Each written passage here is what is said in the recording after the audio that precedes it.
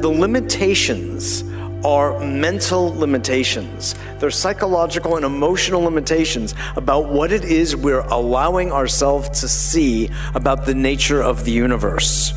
Moray and I had a very nice little chat about this, that it is a game in many ways of perception, and you get the world that you perceive. If you keep perceiving it on one level, indeed you will get that world. And if you open that world up, which is the purpose of this entire conference, you will get a larger, infinite world.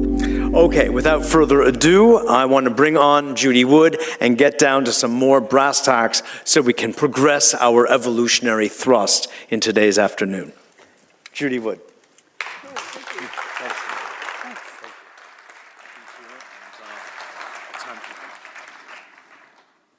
Hello.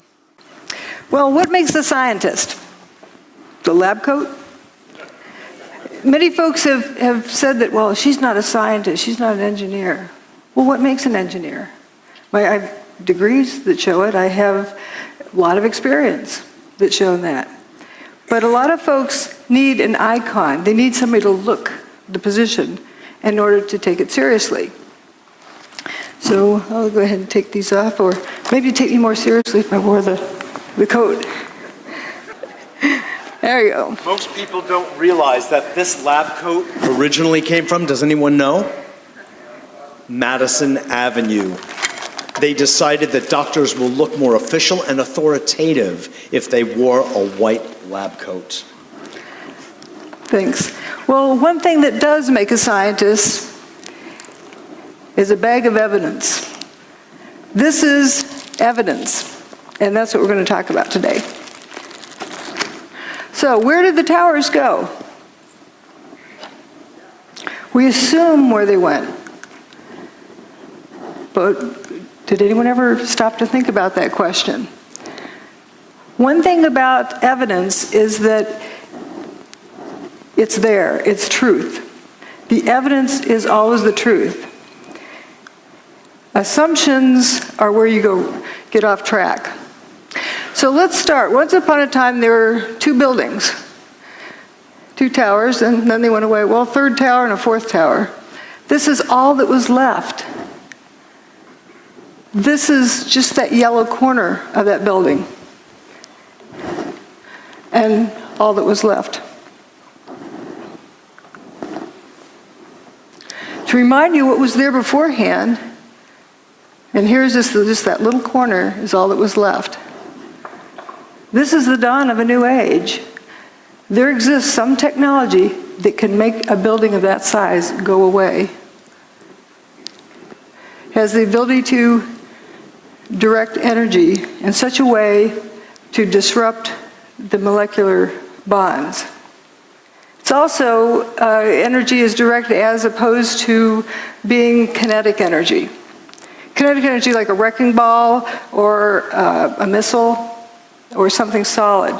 We're going to go through the data and see that you can eliminate about every kind of kinetic energy weapon.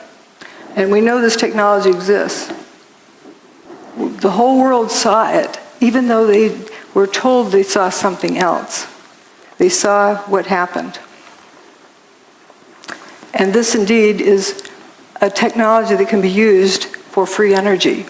It doesn't need to be used for evil purposes. Again, that's all that was left, just a story or two of that. And would you believe it, that 14 people survived in there? So what we're going to learn is that the towers didn't burn up, nor did they slam to the ground, but turned into dust in midair. That's not a collapse, that's dust squirting up. Why did so few people see that? Because they were told to see a collapse, maybe?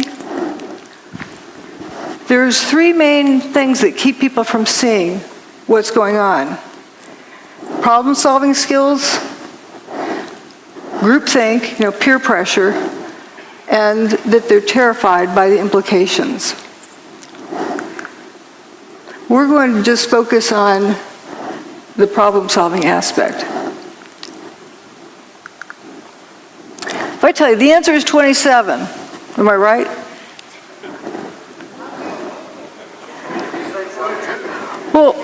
what's the question? What's the problem I'm solving? If you don't know the problem, how do you know if the answer is right or wrong? You first have to define a problem before you can solve it. And it can be referred to as a syntax error because the order matters. Like when doing this math, are you adding those numbers together first or multiplying these first? You'll end up with a different answer depending on how you group them. The same thing with crime solving or with problem solving. The order matters.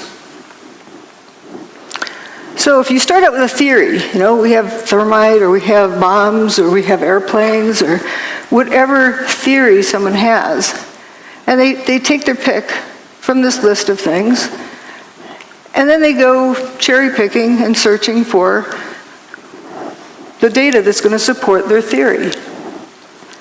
So in essence, what they've done is determine the problem. But what happens if it was something else that they didn't take into consideration? They'll never get to the right answer. And that actually is one of the key things in a cover-up. You get people arguing about guesses, about assumptions about what the problem is, and they never look at the problem. If you don't look at the problem, you can't solve it. So what they're using is a theory to determine what happened. That's the wrong direction. We have to start out with what happened. You collect data, and the data always tells you what happened. And from that, you determine how it happened. But only after you first establish what happened can you determine how it happened. If you don't know what it is, you can't determine how it happened. For example, look at these beams falling with dust trailing behind them, opaque dust. Let's say you're going to impersonate one of those beams. So you cover yourself with dust and jump off the top of the building. From the ground up, would someone see that dust trailing off of you? No. You need more dust. Okay, let's say you get a couple of armloads of flour and eject it out as you're falling. Can you impersonate this? No, that's opaque dust. It initially blocked out all of the sunlight, 100% of the sunlight, so it was pitch black. It's very dense dust. And you come to the realization that these pieces of material are becoming dust. They're frothing up into dust as they fall. And they didn't hit the ground. But if you didn't know that these turn to dust, and you start out with an assumption, you wouldn't get to the right answer because do you know of anything that could turn a building to dust in midair? Something turned it to dust in midair. So it's important to first determine what happened, then how it happened, and only then who did it or why they did it. But again, we're just going to focus on what happened. The towers didn't slam to the ground. If they had slammed to the ground, there would be over 1 million tons of debris left stacked up in the ground. That didn't happen. Manhattan would have been flooded. Well, as we'll see, the towers were built in the Hudson River with a dike around them. If you slam 1 million tons of debris down onto the dike, you're going to break it. Didn't happen. And if you slammed 1 million tons of debris to the ground, it's going to make a thud. The seismic signals did not reflect that. Those are the 3 biggest issues, but there's a whole lot of others as well. But we'll focus on those initially. The lack of debris, the fact the bathtub wasn't damaged, and the low seismic recordings. There's all sorts of other things, and toasty cars, of course, is one of the favorite things. And then in the second part, I talk about other pieces of information, other data that shows more about what technology is involved. But remember, you first have to establish what happened. Lack of debris. Again, if over 1 million tons of debris slammed the ground, you'd see a pile of debris left over. All right, you go to work on a nice September morning. And there's Tower 1, there's Tower 2, and you work down here in Bankers Trust. So you're going to go into your office there in Bankers Trust, and then you're going to look out the window and see what you can see. Down here, you look out the window. What's it going to look like? That's looking out that window. Air-conditioned office, looking across the street, and whoops, where did the building go? This is right after 9/11. Tower 2 is basically missing. Tower 1 is missing over there. I think everyone would have to agree there's not enough stuff left piled up on the ground. So again, we were looking out there. Now we're going to look the other direction. And this main body goes missing. Just the north wing is left. The building just went missing. That's building 4. It was a 9-story building.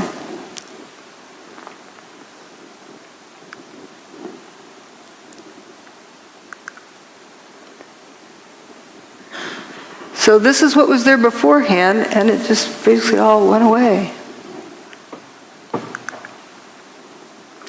And a satellite image shows, all sorts of holes that were in those buildings. The middle part of building 6 is gone. It looks like a post hole digger cored it out. You have holes over here on Liberty Street. Even some holes in Vesey Street. And notice again that north wing is remaining, but the main body's gone. And this is Bankers Trust, where you're looking out the window, seeing a non-building across the street. Few people talk about this building. It's a 22-story skyscraper. Well, it would be the tallest building in most small towns. It went away except for that last little corner. And building 7 over here as well. Every building with the WTC prefix was destroyed that day. So we're going to look at this direction. Now, a lot of people talk about hearing the BBC announce early that Building 7 went away. Well, CNN did the same thing for 1 Liberty Plaza, but it's still there. They just get excited and want to be the first to report. And we're going to go down and look on the ground and see what it looks like down in here. Looking at the front door of Tower 1.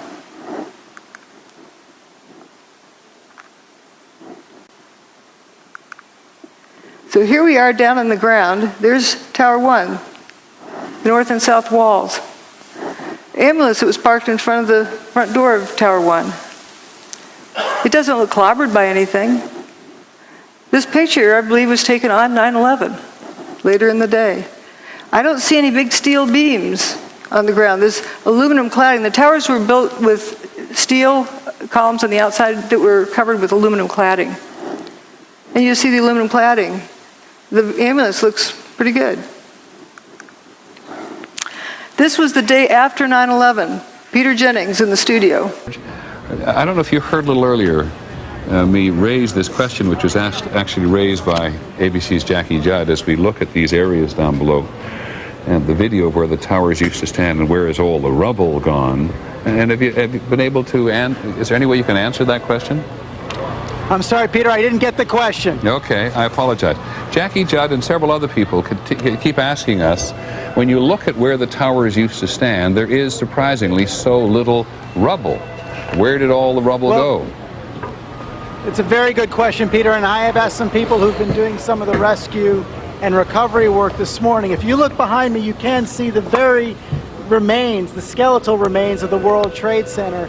And one volunteer, Robert Gerlinski, explained to me the reason there's so little rubble is that all of it simply fell down into the ground and was pulverized, evaporated. This is vital information. I really feel for George Stephanopoulos. He's got this job telling the world what's going on there, and that's the best he could do. And we humans tend to keep asking questions until we're given an answer. We don't stop to think if the answer makes sense. So what he is telling us is that it's obvious there's a big lack of material there.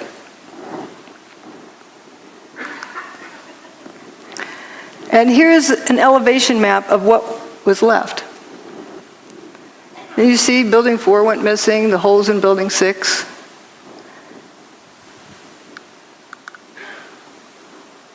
Here's a firefighter in stairwell B. I heard this very, very loud noise above me. It was just a tremendous roar. Right down here, while that picture was taken.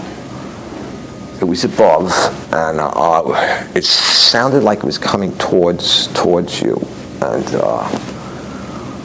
then the wind, a very, very fierce wind, and my helmet, it started lifting me up off the ground, and so that's when I crouched down. The next thing I just crouched down. I got to the corner of the staircase by the railing, and I just got as small as I could possibly get. Because I'm not a big guy to begin with, so fortunately I'm not. So I got in and I literally, I guess the best way to describe it, I tried to crawl into my fire helmet. That's what I wanted to do, just to protect myself. And I wasn't sure what was going on. I thought the building might be coming down, and I figured, okay, this could be it, and I was a little angry. I said, so like, damn it, like, why me? Why, it's beautiful. I'm going to die in the World Trade Center on a beautiful summer morning. It's like a little denial and disbelief sets in, and so then I started getting hit with stuff. It was just debris was hitting me, and it went dark, and then the next thing was just total silence, nothing, no wind. No noise, no light, nothing. And then I started hearing noises. I started hearing like moaning, and guys were starting to communicate, yell out. These were the guys I was trapped with. They're calling out, who's there? You guys all right? Blah, blah, blah, and this kind of thing. And I realized I was other people. I wasn't alone, Because when you're alone in a situation like that, it's like existential isolation. It's like, and then when you find out you're with other people, it makes you feel a lot better. Even though you're in a very bad situation, at least there's other people. But then the strangest thing happened. This beam of sunlight came right in on us, like about 8 inches long, but it was clearly sunlight. It was all dirty, full of debris, and it looked like pepper was floating around in it, sort of. But it was sunlight, and I'm like amazed now. It's a 110-story building above us, and I'm looking up at the sun. He was right at the base of this building. But when you came out, you had no idea where you were. There was no way to tell north, south, east, west. It was just the whole atmosphere was full of debris and papers and smoke, and there was no landmarks. There was no way to make a reference point. You couldn't see the sun anymore. The sun had gone away because the sunlight that had come in now was gone, and so there was no way to tell which way you were going. He was at the base of this building while this picture was being taken. And all 14 of them walked out on their own steam. Let's see. Here again is where they were. Jay Jonas was one of the ones with them.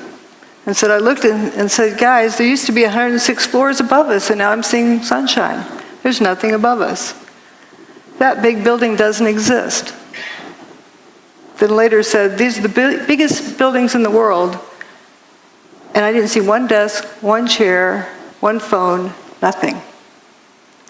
Another survivor described walking out onto an empty football field. This is from the base here. This is what was there that went away. And that's where another 14 folks survived, in that little stub at the end of that first building I showed. And they had that hole in building 6 where 50% approximately of building 6 was missing. and the main body of Building 4 went missing.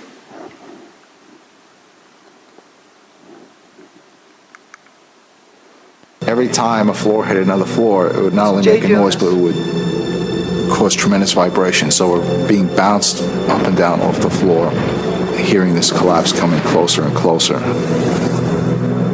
Mickey Cross was caught on the second floor. My helmet started flying off my head. I had forgotten to snap my helmet. So I grabbed my helmet. I guess instinctually I just pulled myself down the corner. The collapse of the North Tower created a massive rush of air. I was blown down 6 stories down to the first floor, and all I can remember while I was being blown down was, oh my God, oh my God, oh my God. There wasn't any time to think about anything. The 110-story tower disintegrated in just 10 seconds. It was that fast, yet for me it was kind of slow motion too at the same time. And I remember thinking to myself, I said, oh shit, this is it, we didn't make it.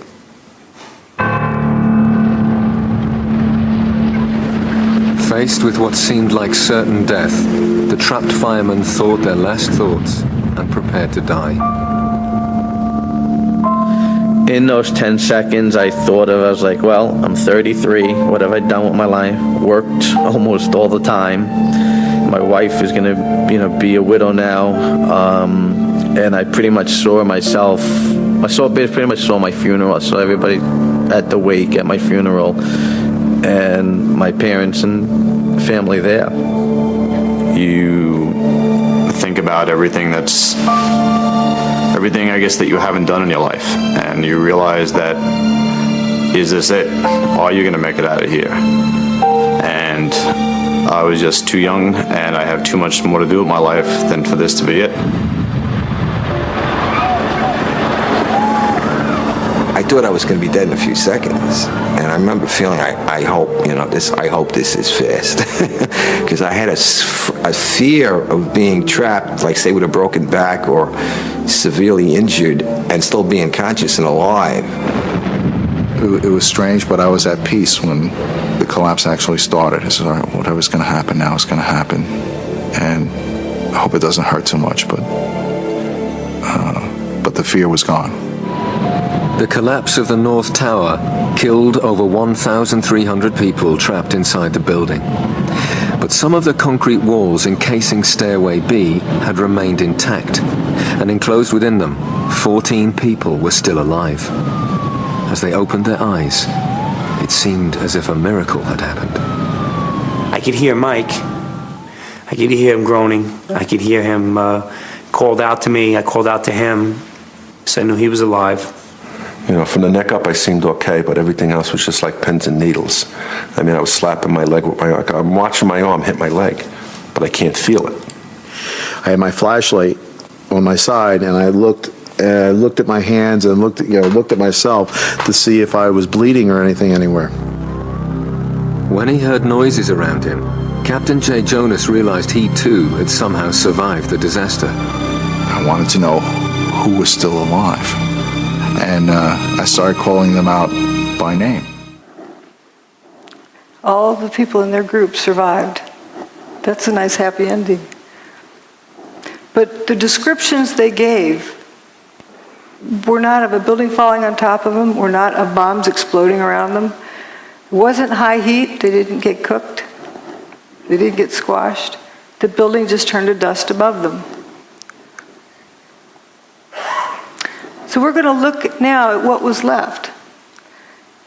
If we go down below the ground in that corner, well, here's what it looked like. The building indeed, the main body went missing, just like it was sliced off there.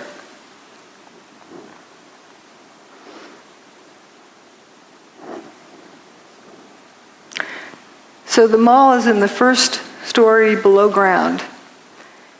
And there's some firefighters that were walking along there. We're going to go down one story and look at them. The perspective.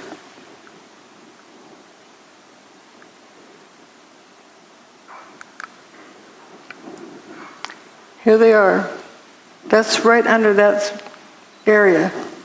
It's a little bit punched in down here, But you can read innovation luggage, Hallmark cards, so you know right where they are.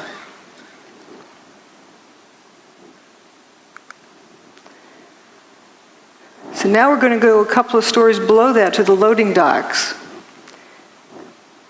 And it's right below there is where they're walking, but the loading docks look from up above. And it's painted purple under Building 5, so you know where you are, and then green under Building 4. So it's color-coded so the delivery trucks know where to unload. And we're going to look down that direction.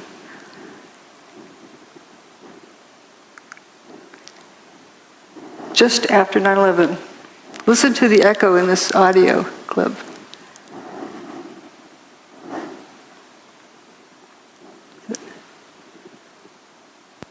Going down to the parking garage. We're in quite deep. These are the first pictures of search crews underneath the World Trade Center, desperately looking for survivors. That's not a collapsed parking garage. That's not even a full parking garage.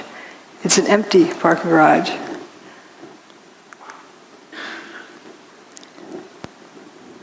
And we had this left. You can see remains of Tower 1. Stairwell B where those guys survived, and it's all at ground level. There was a lot of dirt brought in. We were able to move 120 dump trucks out of the city last night, which will give you a sense of the work that was done overnight. So some of the debris has already been removed. More of it is being removed, and it'll be done by barge all throughout the day today. Did you think it was going to get cleaned up in one day? Again, here's the ambulance picture and all that was left. Where's the debris of 1 million tons of building? One of the other survivors said this. You know, we kept telling him we're in third floor, fourth floor, stairwell B, North Tower. Where are you? North Tower, stairwell B. Where are you? Stairwell B, North. Don't you know where North Tower is? They didn't know where the North Tower was because there was nothing left.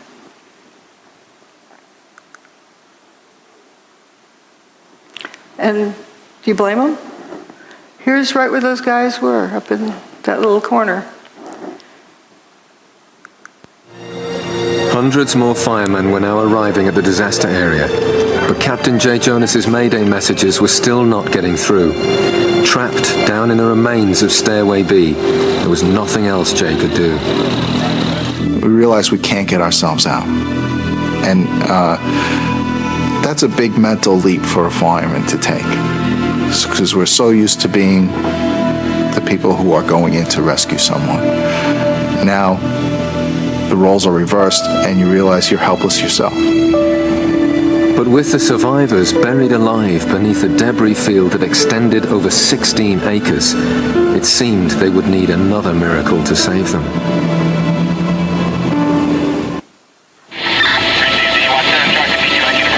It was midday on 9/11, and in the chaos and confusion, Captain J. Jonas's Mayday messages were still not being received. The fireman had no idea there was a pocket of survivors nearby. Then Jay again tries to make radio contact. Unexpectedly, this time his call is picked up. One of the officers coordinating rescue operations is Chief Nick Visconti. He responds to J. Jonas's Mayday call. Operations to ladder 6. All units stand by. Operations to ladder 6. I got a radio transmission from Nick Visconti. I heard operations post to ladder 6. Operations post to ladder 6. This is Jay, where are you? Okay, 10-4. North Tower, stairwell B is in boy on the second floor. But the location Jay gave was unbelievable to them. The North Tower no longer existed. They asked for his location again. He asked me that a couple times, and one time he asked me that. Somebody else got on the radio and said, "Where's the North Tower?" I remember somebody saying it, "Where's the North Tower?" on the radio. And I said, "Oh shit." I says, it's not good.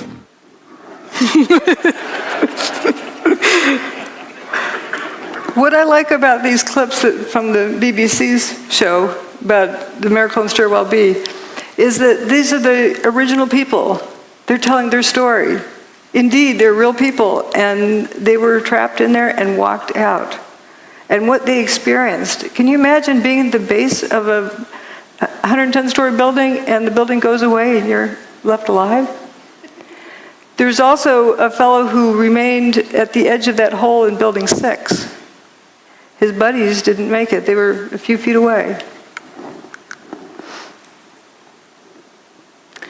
There's Stairwell B. And just to look at the amazing aspect of this, you get the bare sidewalk over here. Building 7, a 47-story building, didn't even fully spill across the street.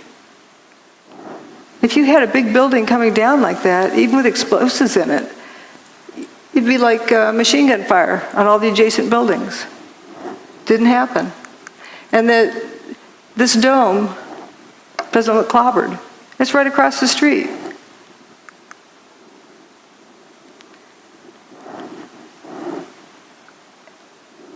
You don't see that debris piled up on the ground. This is right at ground level. So now we're going to talk about the bathtub. I don't know what the lighting is. If the building crashed to the ground, Manhattan would have been flooded because that dike around the bathtub would have been ruptured. And all of the PATH train tunnels and subway tunnels are all connected underground, and they would all have been flooded. That didn't happen. Here are the towers before they built across the street. There was just water right there at the base of the towers. And the towers go well below the water table. There's also the rail lines that come under the Hudson up into the base of the bathtub. That tunnel was not damaged. First they were worried because they had water in the tunnel, but they had fire hoses on it, rainwater going in there. But once they pumped it out, it stayed dry. That's the bathtub wall. It's called, or slurry wall, or dike, whatever you want to call it. It keeps out the Hudson River. The towers were actually built in the Hudson River 70 feet below the water table. That's 7 times 10. So they're pretty far down there. And if that thing had been ruptured, Lower Manhattan would have been flooded. And here's the Hudson River, and as they're constructing it, you can see way deep down in there is the base, down there in bedrock. The PATH trains from the Jersey side used to come up through here and back out, but they rerouted them to turn around in the new big bathtub. I thought the seismic data you were going to look at was data associated with the collapse of the tower, particularly 2. Yes. Oh, yes. We did look. Obviously, we've looked at all of the seismic signals. The main focus of that was to establish the timing of the various events, and if any, again, using it also to see if there were any events that we could not explain other than it being the collapse of the towers and the World Trade Center 7. The signal strength due to the collapse of the towers were not of any magnitude that was seismically significant from an earthquake design standpoint, or from the design or failure of a structural component, or of, I would say, a piping system that might be used in a structure. So there wasn't anything that gave us pause in terms of that being a significant seismic event to have ruptured the pipeline.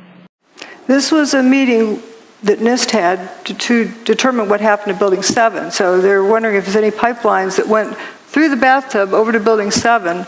And he said it wasn't seismically significant enough to have ruptured a pipeline to cause any damage. You have 2 buildings, 500,000 tons each, slamming to the ground, and it's not a seismically significant event. And the bathtub's fine at the end of the day. Tower 1's base is right here, down the bedrock. There's the old parking garage, after they cleaned it out. And if the buildings had slammed to the ground, the seismic signal would have shown it. Didn't happen. Michael Ober said, I don't remember the sound of the building hitting the ground. Somebody told me it was measured on the Richter scale. I don't know how true that is. If the building's hitting the ground that hard, why do I not remember the sound of it? It's amazing. And somebody who worked in the 27th floor decided to go home because he wasn't going to get anything done that day. Went down to the ferry terminal, the south end of the island, and some idiot, they thought, came running up and said, the tower just collapsed. And they thought, that's ridiculous. They didn't hear it. They didn't feel it. When they walked past the tower, it looked like it was in good shape. Well, I think I know why it didn't make a sound. That part of the building doesn't make a thud when it hits. Dust gradually settles, and that's a lot of dust. This is an earthquake that happened earlier that year, in January of 2001, in Manhattan. So we know that the bedrock that the tower sat on can carry a seismic signal. But here's what Tower 1, the signal it made. Notice the difference in the quality. This is very high frequency. The lines are very closely spaced compared to this. Also, it has this, I call it the snout leading up to the big signal. It has that leading portion, which is the primary wave. The P wave arrives first, and then the secondary wave arrives. This is neither a P wave or an S wave. This is only a surface wave. P wave and S wave travels through the earth.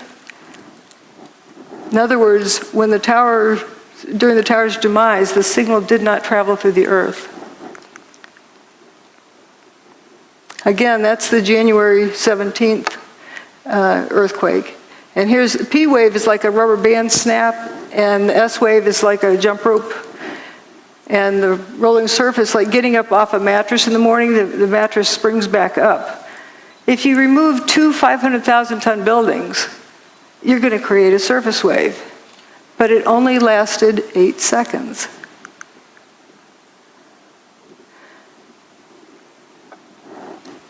You know it takes 9.5 seconds to throw a bowling ball off the roof of the towers and have it hit the ground?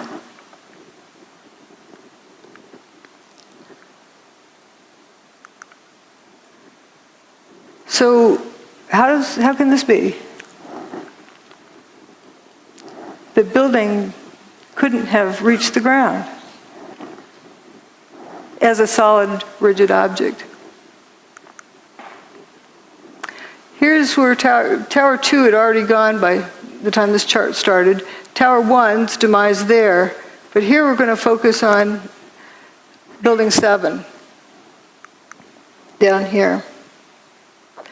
There was an earthquake in the Fox Islands by the Aleutian Islands, and that's what the mess is after that. But where this vertical red line is, there's no seismic event that shows up at this scale. Nothing that stands out from background noise. For a 47-story building's demise, this is the King Dome. So here's a controlled demolition, and it produces a P wave and an S wave. So what length of time does that take? It takes, for a free fall speed from the roof to the ground, is about 4 seconds. But the portion of time that the ground shook was more than twice that. So that doesn't answer the question either of what we saw. And with Building 7, what is very telling is that they calculated when the P wave and the S wave should have arrived because they could not pick it out from background noise. They couldn't even pick out where the surface wave arrived at one of these stations. So there's 5 different stations reporting, and they had to calculate when the S wave and P wave would have arrived, and it was not there. The signal did not travel through the earth. So if we have Seattle King Dome, we're going to look at things relative to that. That made a 2.3 on the Richter scale when it was blown up by controlled demolition. And we have these two towers. Let's say for Tower 2 is the first to go. So if we turn it to dust, all but the bottom 16 stories, and then drop a 16-story building to the ground, we record approximately the same seismic signal as what was recorded on 9/11. Just pretend this rest doesn't exist.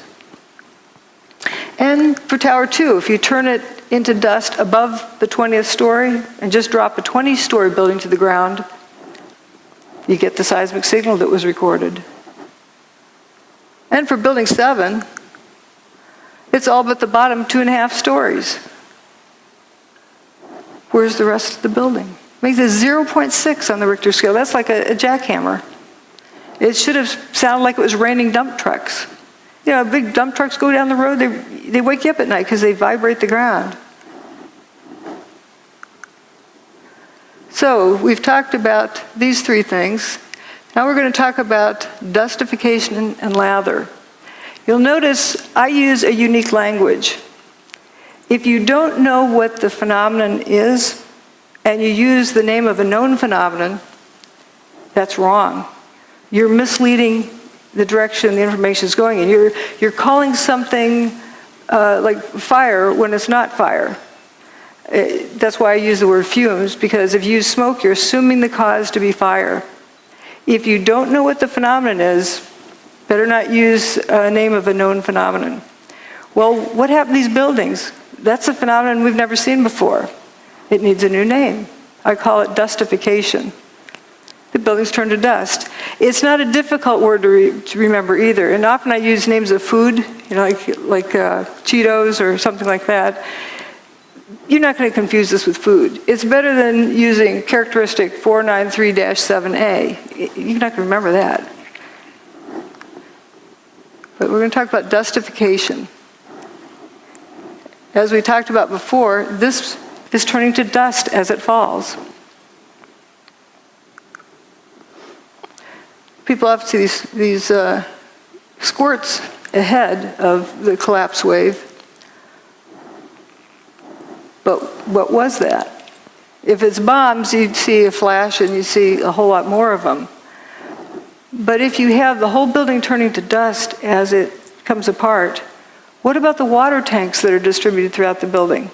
They're going to get weaker and weaker as they're dissolving until they suddenly give way. And I'm tempted to believe that might indeed be what that is. We don't know. But if you got that whole building down on the ground in like 8 seconds, well, let's say 9.5 seconds just to give it some extra, it would have to be squirting out here at the base at a minimum of Mach 1.5. The air from the middle to get to the outside is like Mach 2.5. For sure, all of the adjacent buildings should look like they were machine gun fired. That's a lot of stuff to squirt out of the way. And that's assuming the building took, 9.5 seconds to come to the ground. So you just have this couple little puffs. Something's not right there, too. Now, people who say, okay, they claim they heard explosions. And so therefore, it must be bombs in the building. They're starting with assuming what did it, and then going back to assuming what problem they're solving, instead of determining first what happened.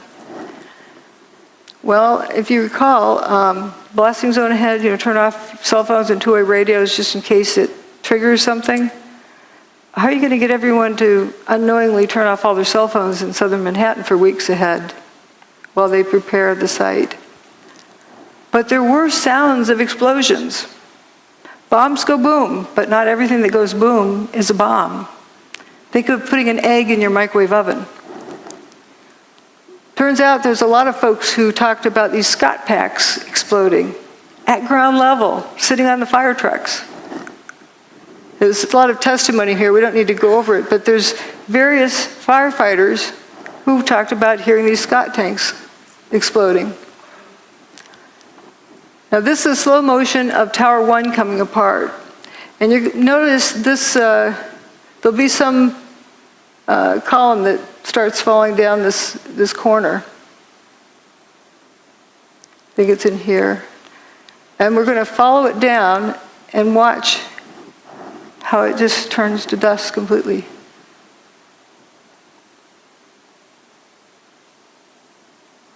And as well as these other things. Here it is. Okay, it's got the dust trailing behind it. This is a solid piece.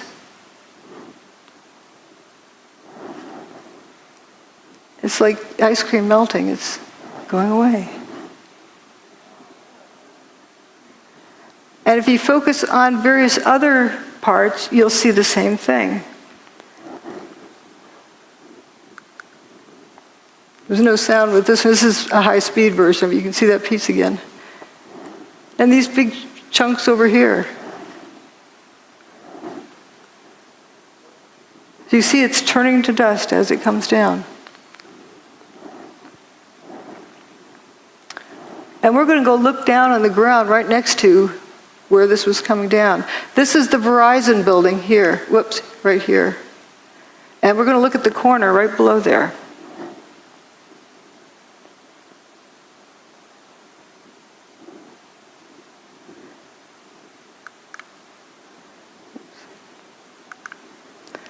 That's the Verizon building right there. This is that intersection where that material was falling. Right after everything's settled, these people who were hiding come out of their hiding places. And they're probably in awe. There's, no building here. You can see sky. Looking at the body language, the guy with his hands on his hips, arms folded, arms at side. They're probably in total amazement and shock and just bewildered.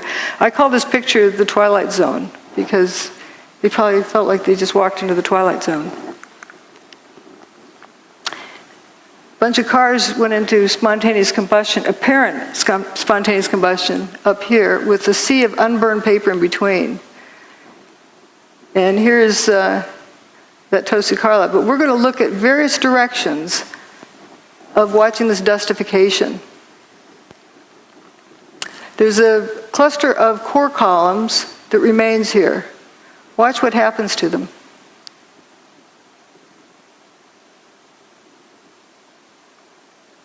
They just faint.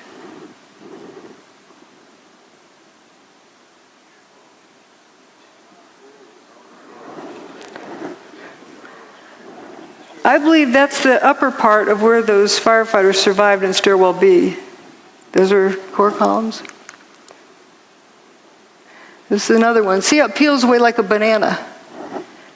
And you see this clear air around it.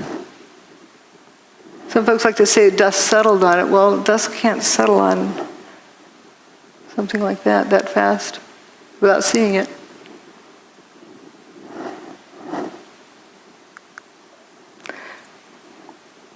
And there's from across the river, you can see those two.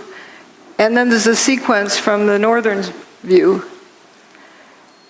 And my detractors like to say, oh, it fell over. And because the dust was so fine, it hung in the air.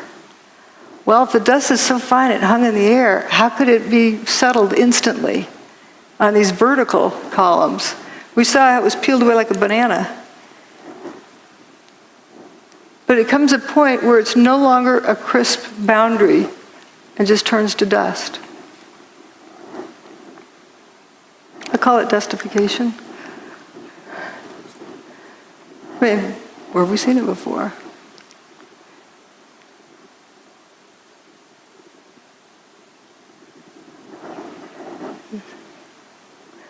Here goes one more round it.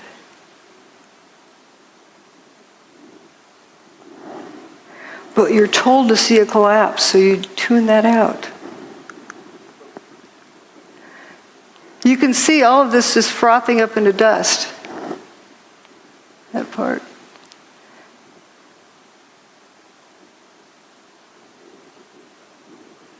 And it's also blowing downward. Very clean edges. So it isn't like dust was settling on it.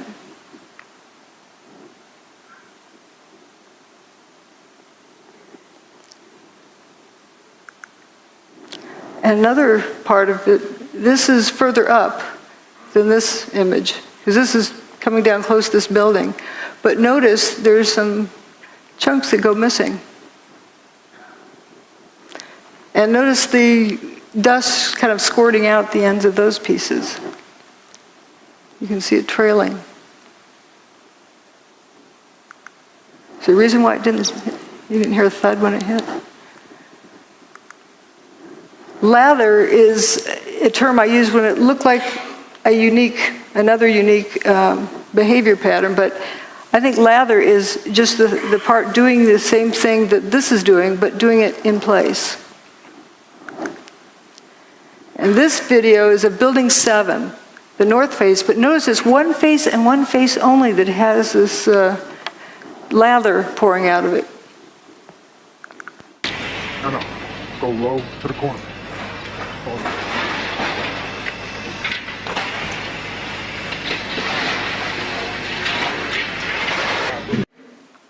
Notice it's spiraling around. And if it was smoke from a fire and it really needed to get out, why isn't it coming out these windows? If there's a traffic jam, why does it take the path of least resistance? The wind that day was 7 or 8 miles an hour. No.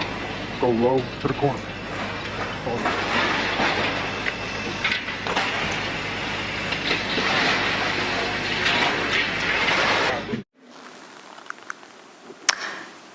Now we're going to look at dust rollout and fuzzballs.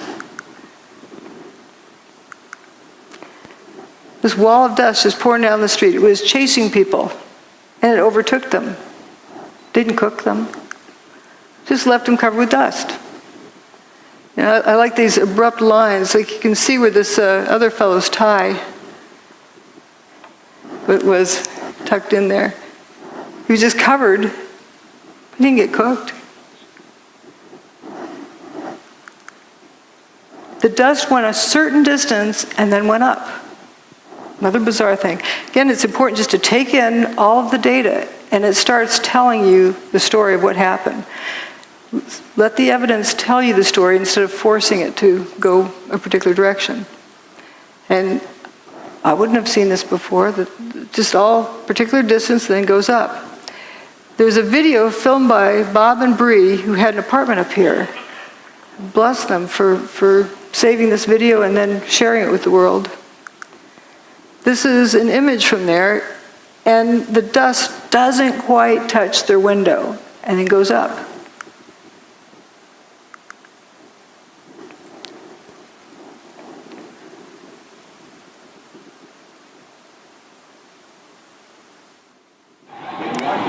Oh my God.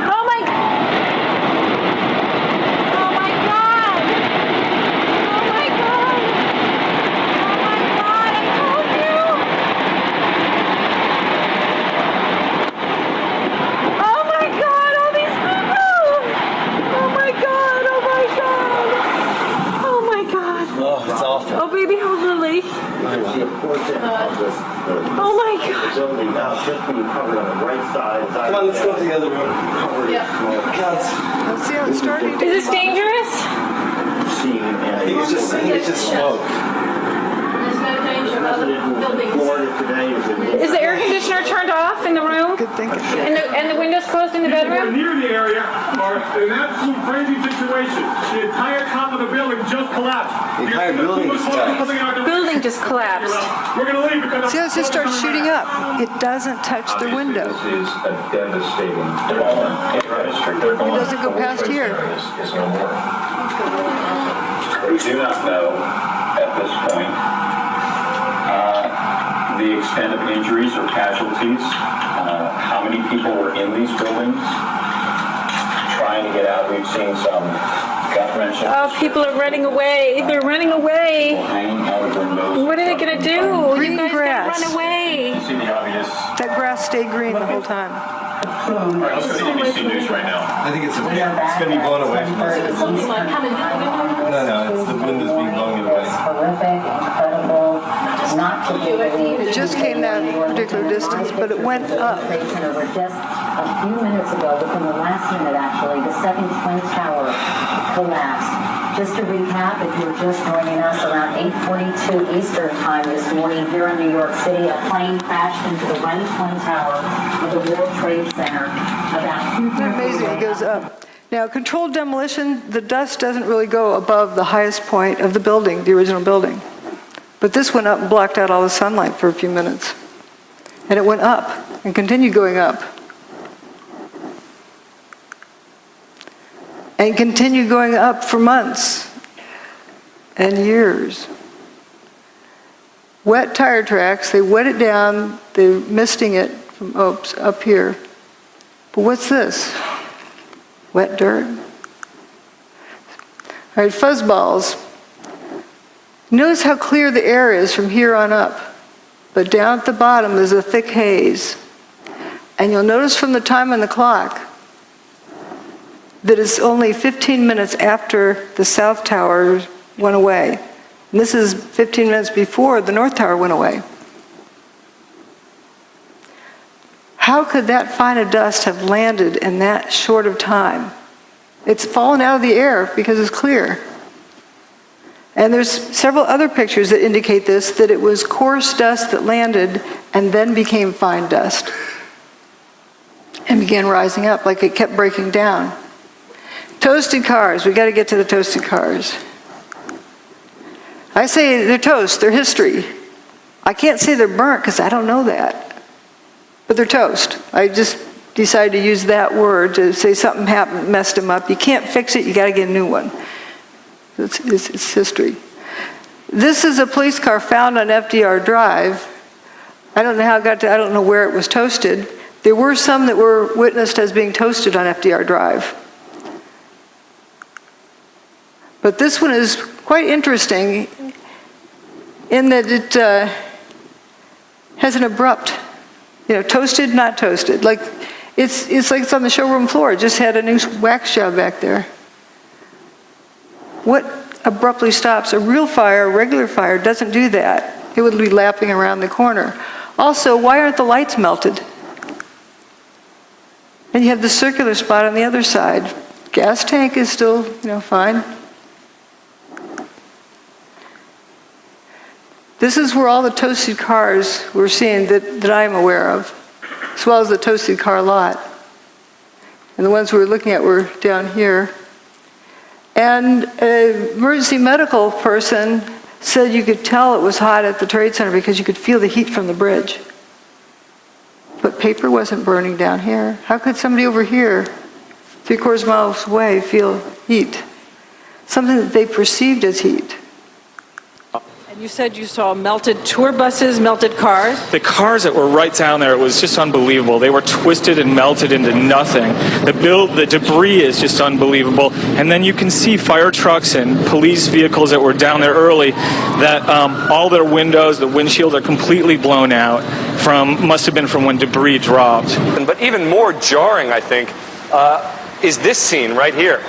Look at these two cars placed on top of one another. I think when you think about the impact that these planes must have had, it's hard to visualize. I don't know what to say.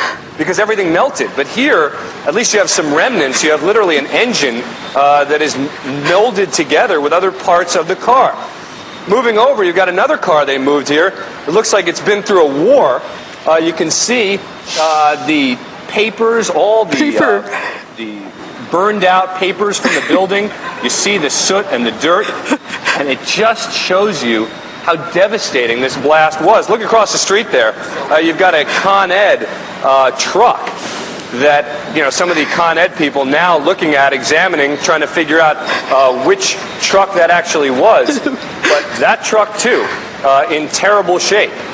So while many of the items, the steel was literally melted. People who have been right down next to the base of what was the trade towers say there's virtually nothing. Yes, we'll stop here on this toasted bus picture. And realize there's no burnt marks, no scorch marks on the toasted bus. But yeah, these poor reporters, they're doing the best they can. Remember, the evidence is the truth that a theory must mimic if a theory is correct. Starting out with a theory, if you haven't figured out what happened first, you're just solving an imagined problem, not a real problem. So it's so important to look at the evidence. As we've seen, the evidence is showing us a different story than what we were led to believe. Now this toasted bus, notice there's no big flame marks running up the side of the bus. No scorch marks. Is this echoing? Oh. And then we have also this vehicle that's already rusted. You can see Building 7 is still standing. Every car up this road was toasted in some way. Every vehicle. I call this the swamp. I think you can see why. Is it the sound? Oh, yeah. No door handles. Yeah. Not a trace of window glass.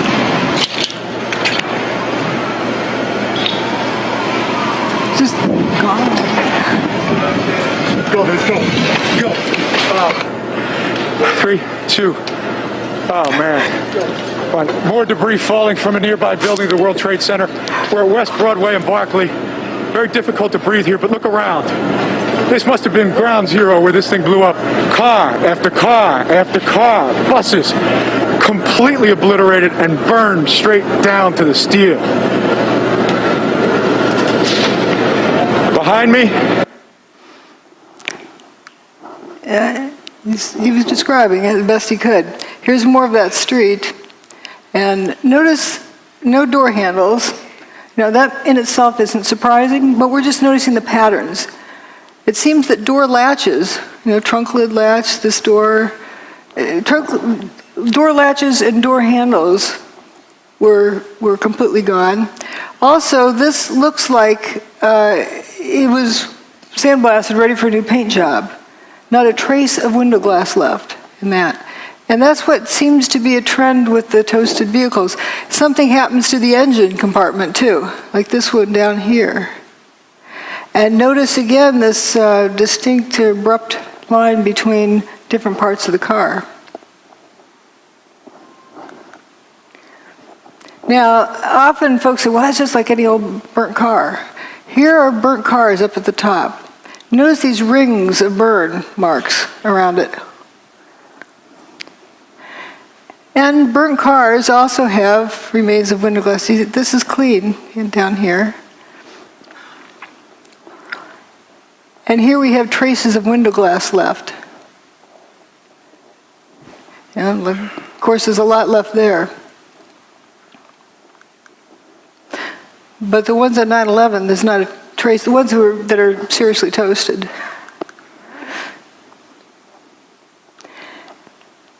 Doesn't look like these are uniform colors, like they've been sandblasted, ready for a new paint job. And the insides are completely toasted. I think they threw this stuff in afterwards. But the stuffing is still partly here in the burnout car.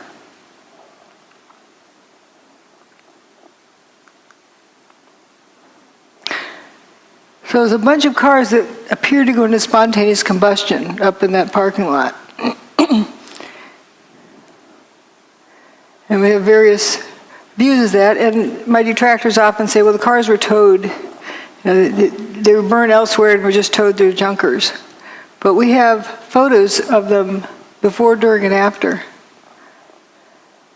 Now, here's the toasted car. See how it looks like this flame coming out of them, but the sea of unburned paper in between. The building's over here, the towers. And here again is the tower still standing. And there's the untoasted cars. They're not even toasted yet.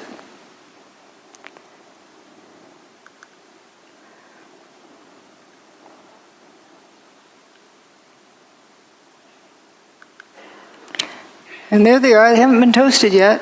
They're still in good shape. I actually thought this car was white, but I was surprised to find it was black. And here, it's still in good shape. People are evacuating. Here it is after it's been toasted. You can't tell it was a black car. Just all in a line, they just went poof. Weird fires. I can't call them a fire because there's weird things with them, like paper not burning. This is where I call the swamp. Toasted cars all along through there.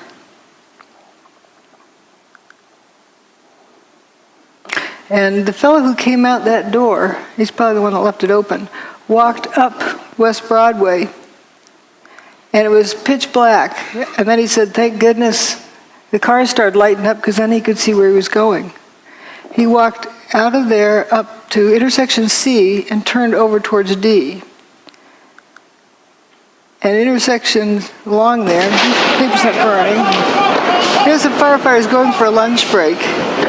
They come, doo-doo-doo, you know. They don't seem at all concerned that they're walking through this fire. They aren't worried about a car blowing up. Now, this is an interesting picture. Often we were shown this by certain individuals who would say, see, molten metal. But wait a minute, what's really going on here? This is an igloo cooler and a trash can that aren't melted. If this is white hot, then it's got to be, hot enough that it's going to melt this aluminum. Aluminum melts at around 660 centigrade, and it's a kind of barely a beet red. You have to be like 1,000 degrees centigrade in order for it to glow. So when aluminum's glowing and it's not a puddle, something else is going on.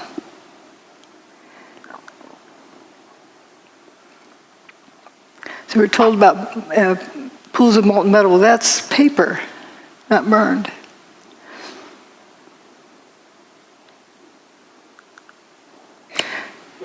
Aluminum is blood red when it melts. Whoops. I don't know what that is.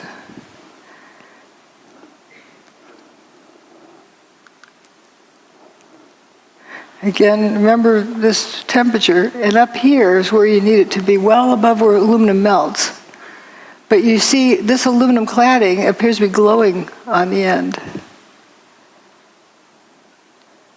This corner up here. And you get these, I call them Cheetos. And in case people don't know what Cheetos are, the orange thing on the ground, and you're not going to confuse that with a piece of steel, but there's these little things that look like Cheetos that are glowing. Pretty strange. Videotapes the firefighter reporting molten metal like a slurry or a steel mill or a volcano. Those are quotes. Giant pools. What about the pictures of them dragging oxygen hoses all over this steaming supposed hot metal? If it were that hot, you wouldn't dare do that, would you? Would you? Well, we do have the infrared photos of the molten metal. Well, again, what melted the metal? Was it heat? Or was it something else? Here on this thermal map that is so often quoted, point E is right next to where building 3 had been. Here's point E. According to the measurement there, it's supposed to be 819 Fahrenheit. That's above 212, the word water boils. This guy doesn't look like a boiled chicken. Yeah, how hot can that be? So the color in that map meant something else. It wasn't temperature. And nice bushy trees didn't melt. Or didn't burn, neither did the paper in the street. But what happened to these vehicles? What happened to his engine? And where that firefighter walked up the street and turned the corner, here's right where he turned the corner. Again, you have these Cheetos on the ground, whatever they are. What's strange is the fire on the side of the van in front. And again, it was of different contrast. You can see it's just on the side of the van. What's burning?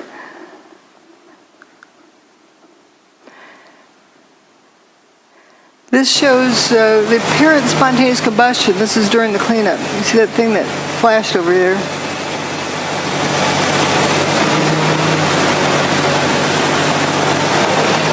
I think there's another slow motion clip of it. We'll see it over here somewhere. Oh, there it goes. Just apparent spontaneous combustion.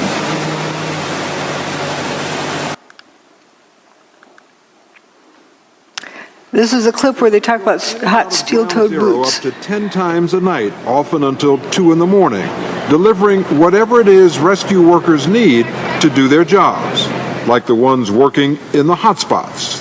Steel-toed boots is one of the biggest things. Steel-toed boots? Steel-toed boots.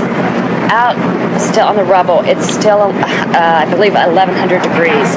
The guys' boots just melt within a few hours, and they're burning their feet. That story was repeated again and again and again. People assumed it was proof that it was hot. When my steel oven melts, the turkey inside is more than well done. So how can you have steel-toed boots melting and there's no reports of burned feet? How I hear that is the boots were coming apart. They're disintegrating. Someone suggested it was because of heat, and people just ran with that story. It was the best, the only answer they got to the question, so they ran with it.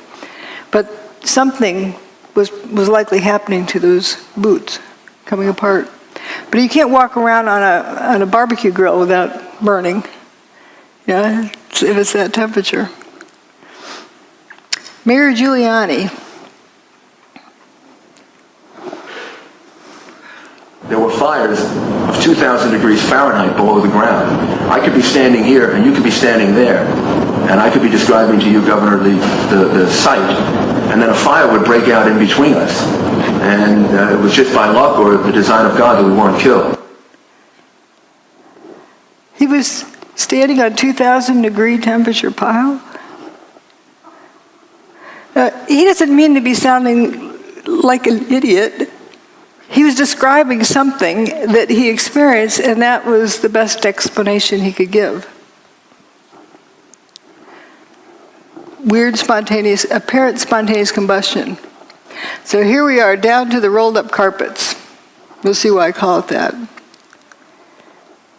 At the end of the day, you have these straight soldiers here. If you have buckling from overload, doesn't it bend over? Doesn't it bend around the horizontal axis? Why is everything straight? If you overload these outer columns, they're going to bend. If you mash something down real hard, it's going to bow out. Yet what we have, instead of having it bend over, is curling around the vertical axis. Here's a cluster of 3 columns. And this lasagna noodle, see, you can't confuse that with a piece of food, but it emphasizes the fact that this isn't loading that does this. Something else happened to this. This is straight, it curled around the vertical axis, not the horizontal axis. How do you get something to bend more than 180 degrees and not even crack? It's a smooth bend, and it splits at the seams. This is a very interesting one. I'd like to have somebody, an engineer who claims that that's normal, draw me a free body diagram and show me the loading to put on that beam to make it do that. It's not like a rubber band that recoils.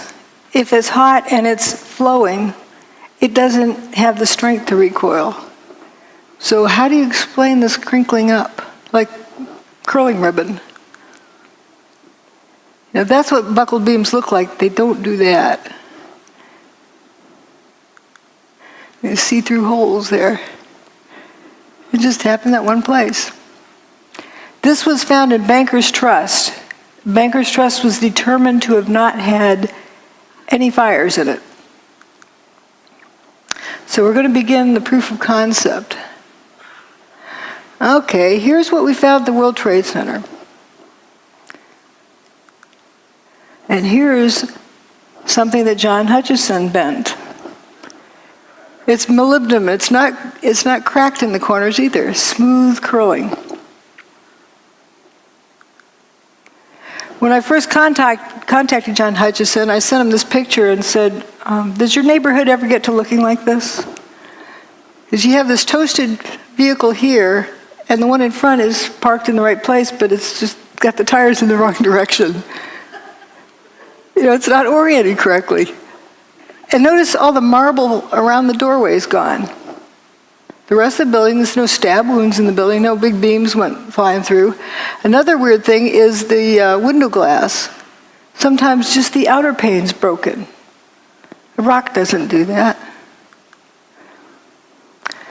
Evidence of levitation. South Tower came down, I was across the street, and I picked up the camera just out of habit.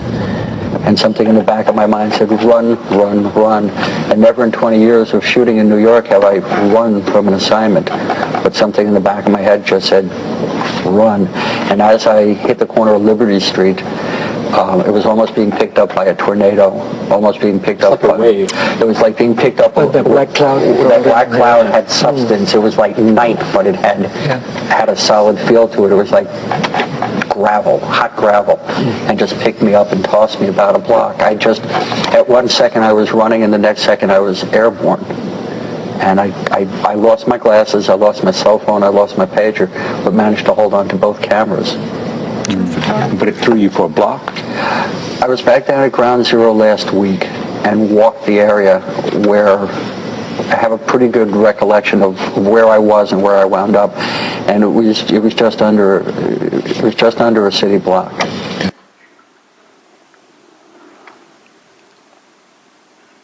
It was this blast of warm air. It wasn't hot. It was warm. And it picked me up and threw me up against the wall of the building that was... You were picked up off the ground? Physically picked up off the ground. I remember an explosion. At that point, I got knocked out. I don't remember anything. Then I got up, and I looked out the window because the windows exploded, and the street below caved in.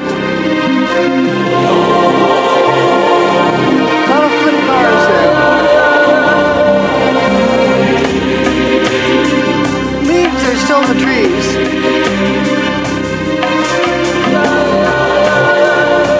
This is in good shape, but upside down.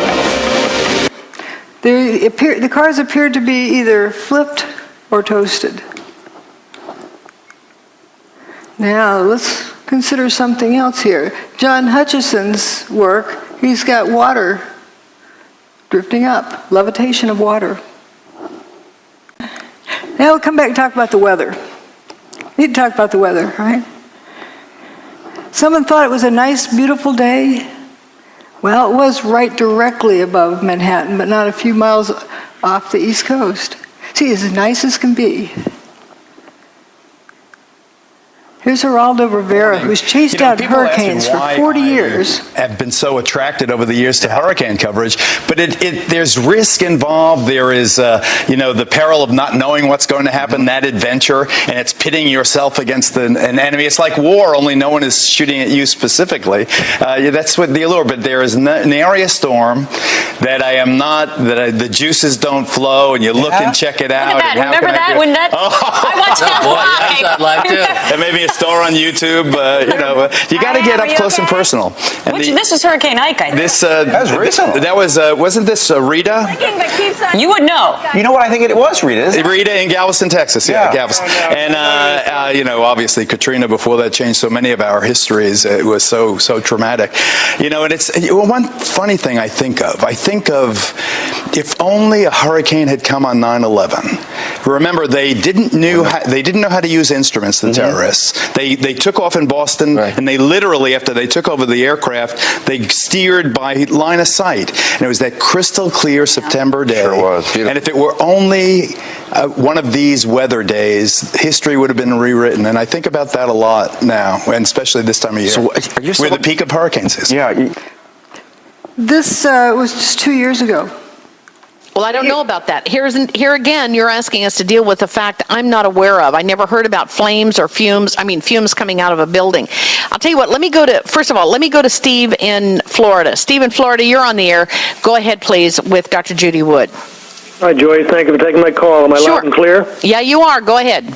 Judy, you have misrepresented the facts concerning Hurricane Aaron. I live here in hurricane country, Florida. I track all the hurricanes. Aaron hit Corpus Christi, Texas, 15 August 2007. Your opinion concerning 911 are not consistent with the facts provided on 911 ripple effect, last man out, Richard Gage's blueprint for truth, loose change final cut, Zero, an investigation into 911, and many other video documentaries. I don't know what planet you've come from. Okay. I guess he's gone. I don't know what happened to Steve. As for Hurricane Aaron, they did not retire that name. It has been used several times. It was the first hurricane, I believe, of the 2001 hurricane season. All right, let me go back to George. George. Well, one funny thing I think of if only a hurricane had come on 9/11. And it was that crystal clear September day. Sure was. And if it were only one of these weather days, history would have been rewritten. And I think about that a lot. This is what was shown on television that morning of 9/11. This is where the hurricane was at that moment. See anything missing? This is where the hurricane was, here.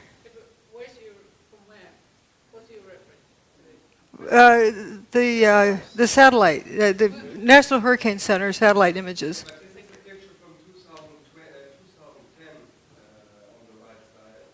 That's Geraldo from that time. The rest is from 9/11. Yeah, Geraldo apparently didn't know there was a hurricane that day, and Joey Moore, a flight attendant on 9/11 who flew out of Boston's Logan Airport just before the fatal flight that left, did not know there was a hurricane either until he saw it on my website. But why didn't they mention it? That's the question. It begs the question, too. Yeah. Because you know how much they like to milk those for all they can get. They love to report on hurricanes. But do you say that they were manipulating? I'm not saying anything. I'm just noticing if people didn't know there was a hurricane coming and you saw it was headed straight for New York, if it hadn't turned around when it did, Manhattan would have been flooded. And how fast can you evacuate that many people from Manhattan? Can you afford that risk unless you absolutely know there's no chance? Unless you know, how would you know? Right. Was it reported on any other media, such as whatever the shipping forecast would be? It does show up the National Hurricane Center's text forecasts, but they were very played down. They weren't shown on the media. People were not aware that there was a hurricane there. It just seems, you'll excuse me, because I've done a fair bit of sailing, and there must be Oh, a bunch of ships on that coast. they took the ships out to sea because they knew that the hurricane was coming. But what about the small vessels that were sailing down the coast that have surely just been They may have looked into the National Hurricane Center's reports, but it was not something that was heavily publicized. It wasn't zero publicity on it, but it was very underreported. I'm confused here. Are you saying that they actually moved the hurricane away? They had the technology? The hurricane for 4 days was going in a straight line. And then on the morning of 9/11, it stopped, turned around, and that afternoon it started heading out of town. So you think that was artificially done? I'm just reporting what the evidence is. I don't want to guess, but I can say that if they didn't know it for 100% sure that it was going to turn around, if there's any question, why weren't people told to evacuate? Just in case. Oh, because the people at the time were told to evacuate because of the hurricane? No. Nobody was told to evacuate because of the hurricane. That's the puzzle, that nobody was really told about the hurricane being there. It just happened to be there and then turned around and left quietly. We were told this is nice, wonderful September day. But it could have been used.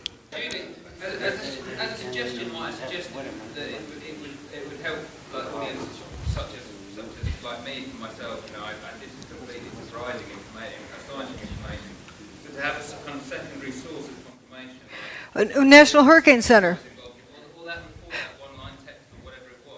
I've got all of the references in my book, and this is that satellite image of the hurricane is from the National Hurricane Center.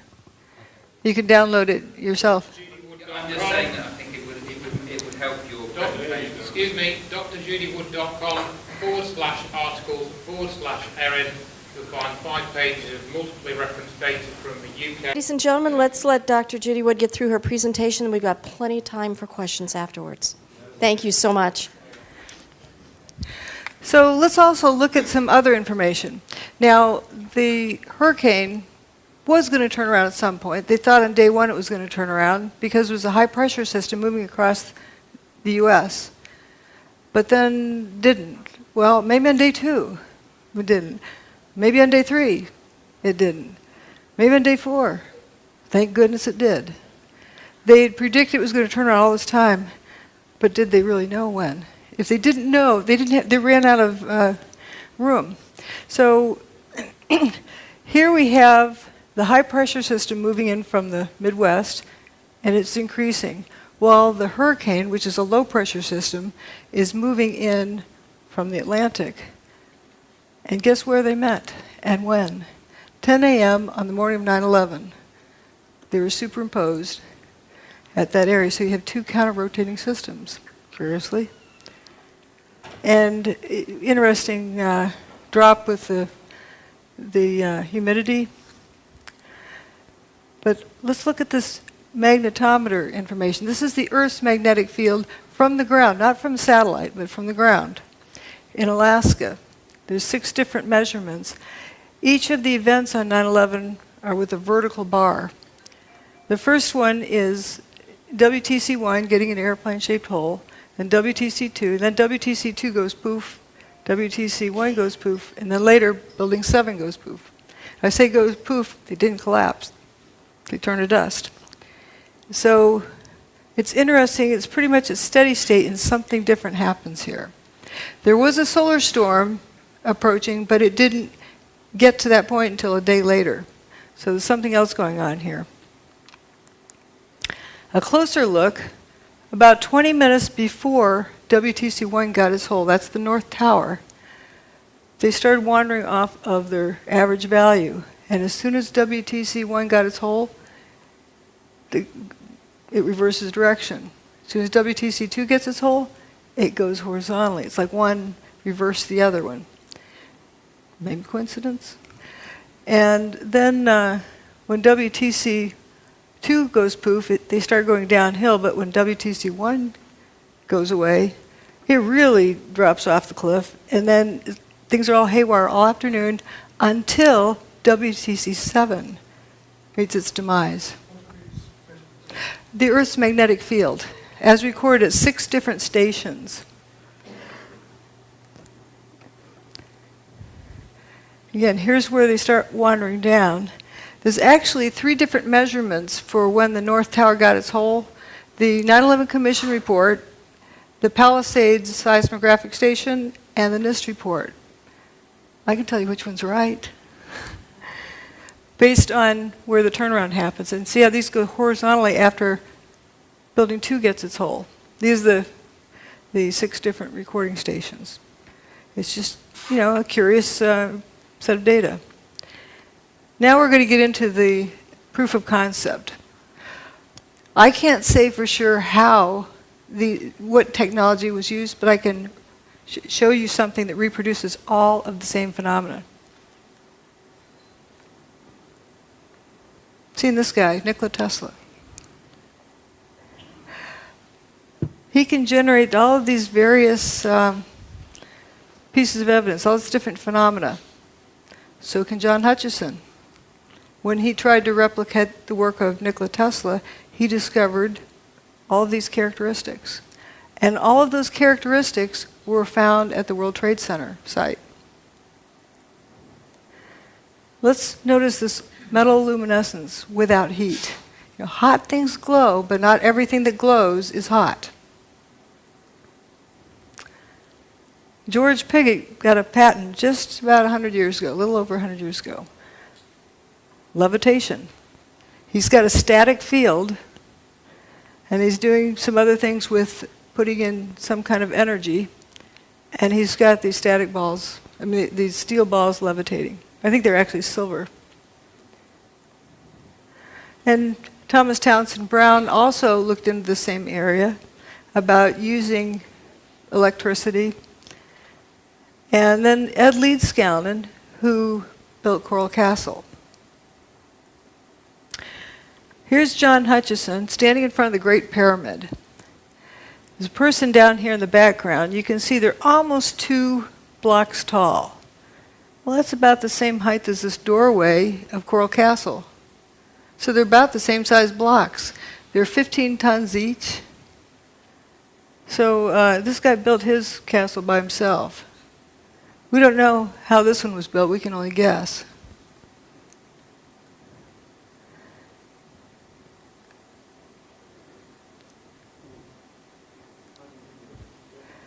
Well, let's look at how John Hutchison's more of work here. This is an iron block. It's 2 inches by 2 inches by 7 inches tall, solid iron block.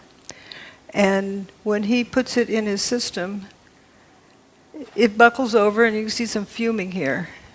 And it actually is colder to the touch at the end of this. And here we get to see it happen, and we're going to compare it to the fuming door handles from 9/11.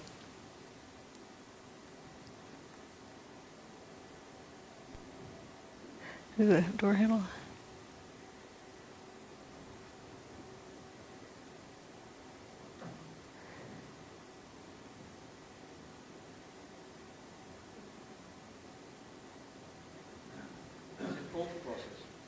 Yep, it's a cold process. Solid iron. And this fuming, which is interesting. You know, the car window is broken open here.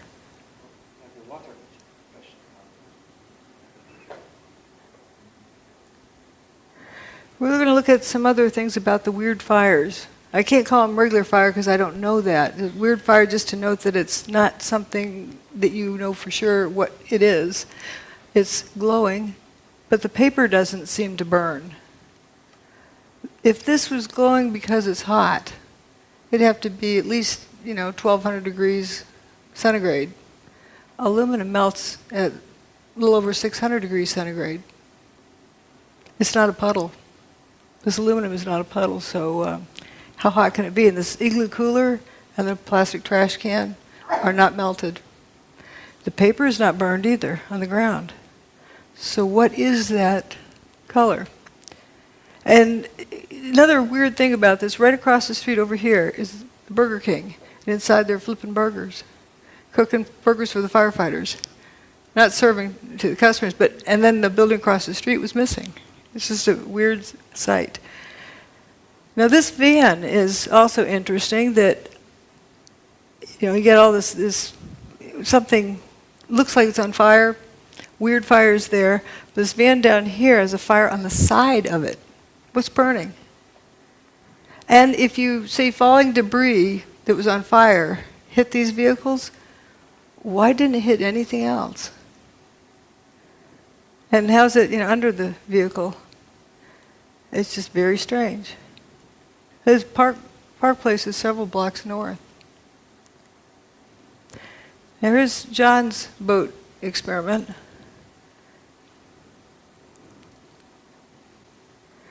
Well, what it shows is when he turns off his gizmo, then the boat lights up with weird fires. And the car's lit up right after the tower's demise, not during, right after, as though it was right after something got turned off. This is another interesting, at the WTC, how this beam curled up. Actually, that was right across the street. That was in Banker's Trust. These are John Hutchison's samples. Notice there's no creases in the corners. I should have found the picture of holding this one like this. Yeah. Vitamins? But it curls up like that, like at room temperature. And this is a video that hopefully will run. There we go. It wiggles back and forth.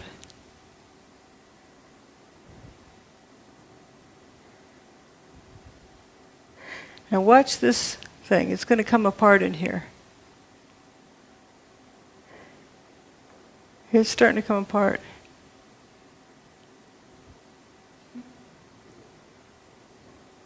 Weird things happen.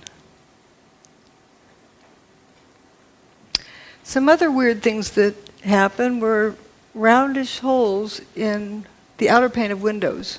They weren't necessarily through both panes. That's strange. Throw a rock through a window, it breaks the window because the window is brittle and it bends, and brittle materials are weak in tension, so it shatters the glass. So how do you get a round hole without cracks running out? Turns out somebody replicated that very thing. This is my analogy saying, okay, if you drop a rock in a pond, it ripples outwards. Maybe something like that is what ripples outwards with longitudinal waves that causes the glass to break in a rounded pattern. Now let's think about hurricanes. What do they do? Well, Hurricane Andrew drove this 2x4 through a tree. Piece of plywood. And with tornadoes, I'm sure you've all heard about straw through trees. It's not because they're flying fast. Something weird is going on. There's John Hutchison's sample with a butter knife in a piece of aluminum. He also has one with wood in the aluminum. If the aluminum's hot enough to melt, the wood would have burned up. So it's strange. Now, when I found these, you can see the blow-ups. I wondered, why on earth would the car door be peeling split thickness? It's not a laminated structure. Didn't know what that meant, but it was definitely a category of data, and I put it aside. Later, when I found John Hutchison's work, wow, he can peel open extruded aluminum. That's not laminated, it's extruded. And we have these coins from the World Trade Center. People like to say they're melted together. I point out that zinc melts before copper does. It also boils before copper melts.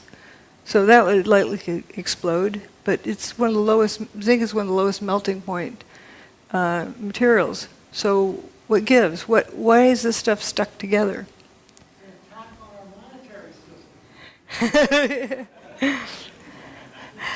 And this is the only surviving file cabinet from Ben & Jerry's ice cream store.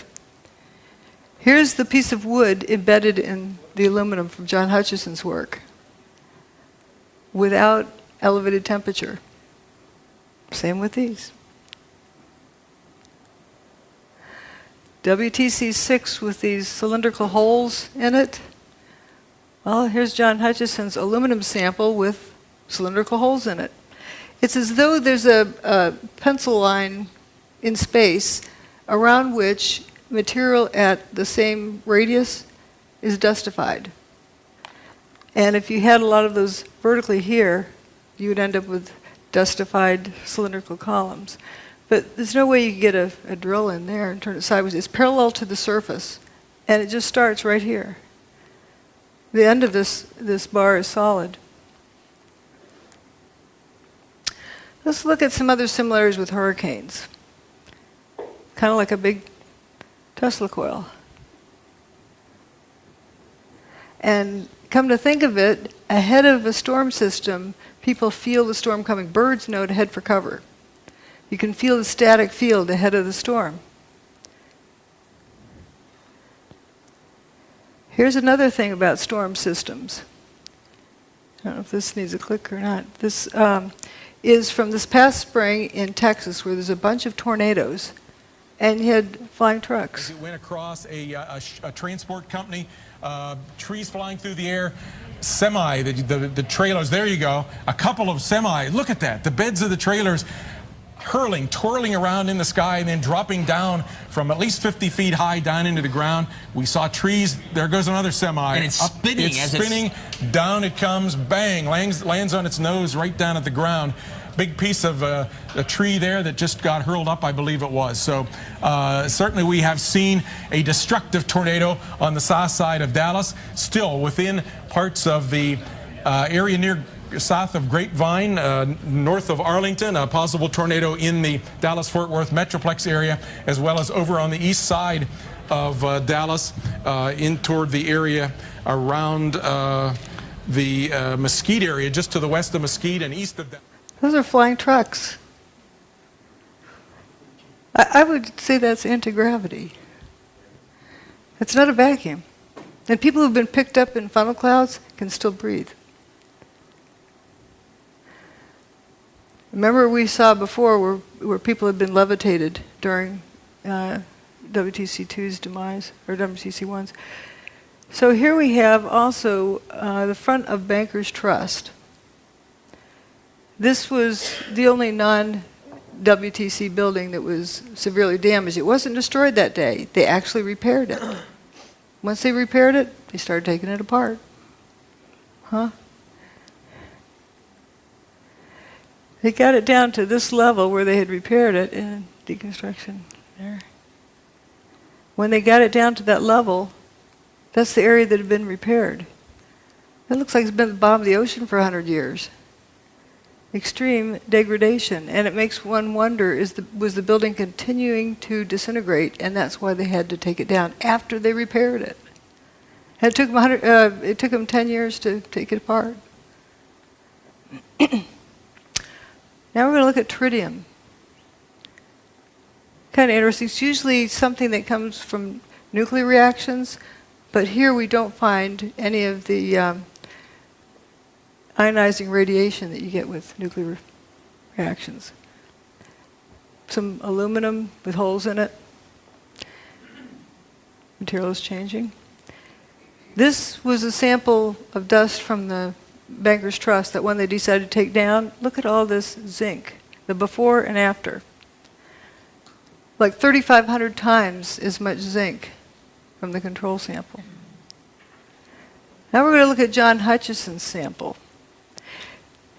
He's got, let's just look at the relative amounts. You have a lot of copper and much less zinc. This is for brass. In the affected region, you have about equal amounts of zinc and copper. Whoops, didn't mean to. Equal amounts of zinc and copper there. So, okay, if it's heat, with zinc having a much lower, it boils, it melts at 419 or 420, where copper melts at a much higher temperature. Zinc boils before copper even melts. So we don't have less copper because of heat, because the zinc would be the first to go. What's going on here?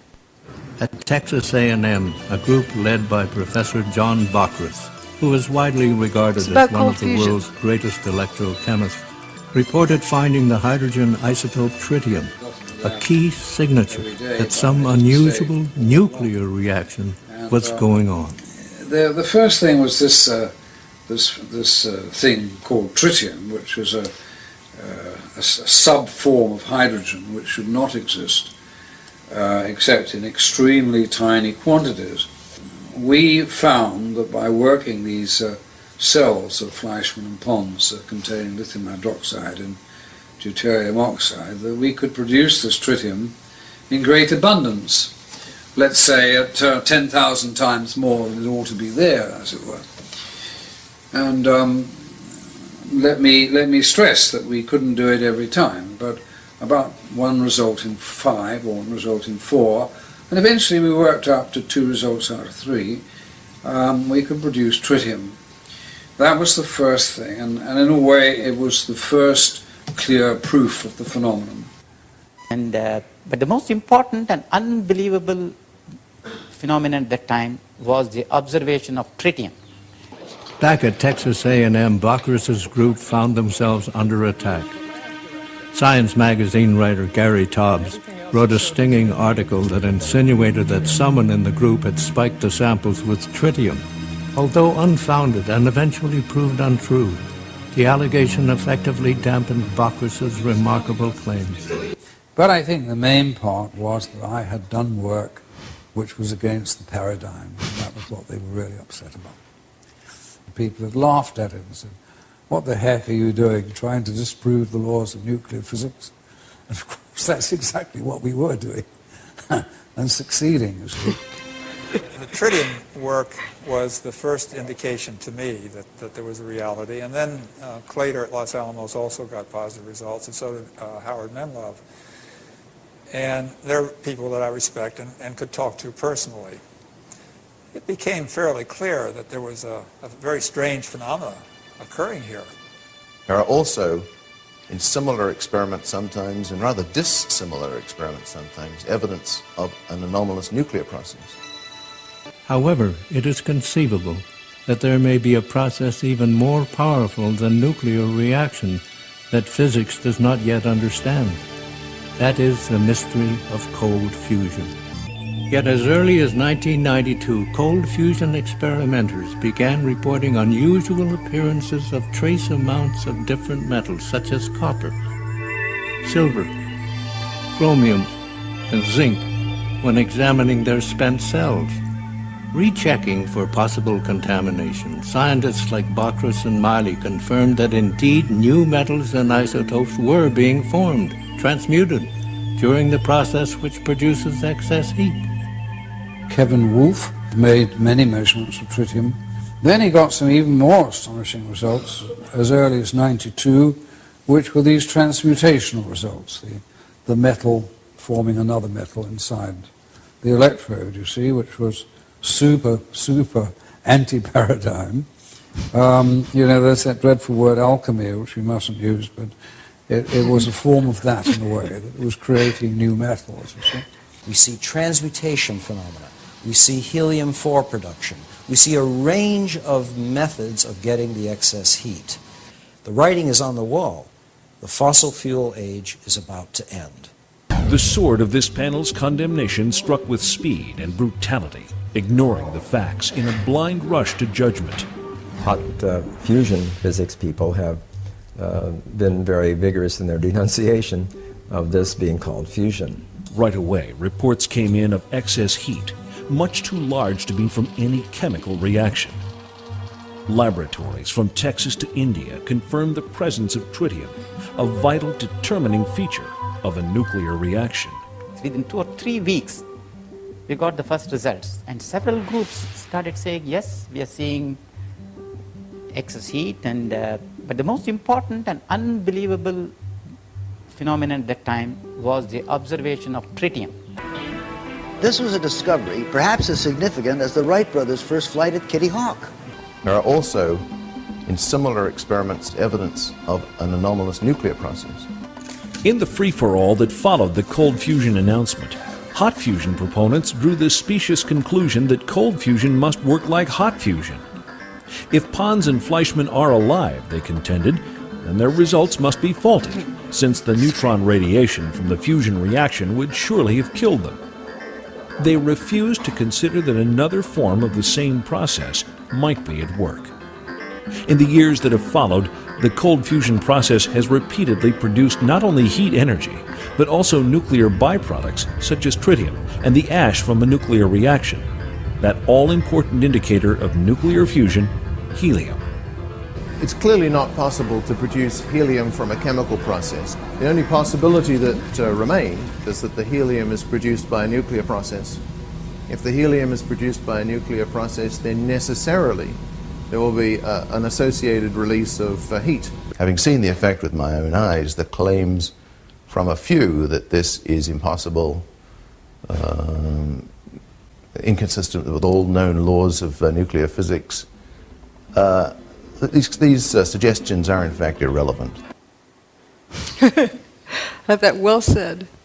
But notice how important the tritium was in this, and they thought it was a fraud because they didn't find the other things that usually go with fusion, with hot fusion. There wasn't the ionizing radiation, but there was transmutation too. Now let's look at some of the samples that were collected from the WTC. You have a variety of all sorts of strange things in the air. And if you look at the melting or the boiling temperatures of these things, there's no rhyme nor reason to the amount of the quantity. It isn't that the things that boil at a lower temperature are more prevalent. What is even more bizarre is that organic material was also found with this, which shows it was not from a high temperature process. Now we get to the most exciting slide. This is from leaky nuke plants, what they pollute into the waterways. the amount of tritium, this is exponential, logarithmic actually, and it's a very high number. This is what is produced in the cell with cold fusion. This is what was found in the basement of WTC-6, the one with all the cylindrical cutouts in it. And this is normal background. What I use the Great Lakes for normal background. And this is from atmospheric nuclear bomb testing. You can see over time it's decreased. So it's gotten down there pretty far, but this is definitely above normal. Now, a lot of folks say, well, a nuke was used in 9/11. Well, do you think they could have kept Chernobyl a secret? People all the way around the world measured the fallout from that. If there was some kind of a regular nuke used in Manhattan on 9/11, do you think they could have kept that a secret? People all around the world would have measured it. There was no Geiger counter measurable radiation that came from there.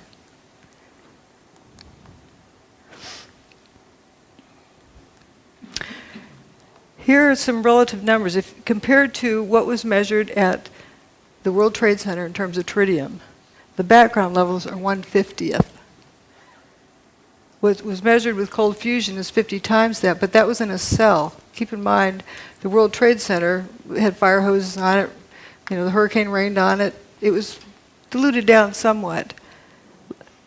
Leaky nuclear plants have 18,000 times that. What was measured at the World Trade Center was definitely above background levels, 50 times background levels. There was tritium there. Now, why? Seems to have a lot in common with cold fusion.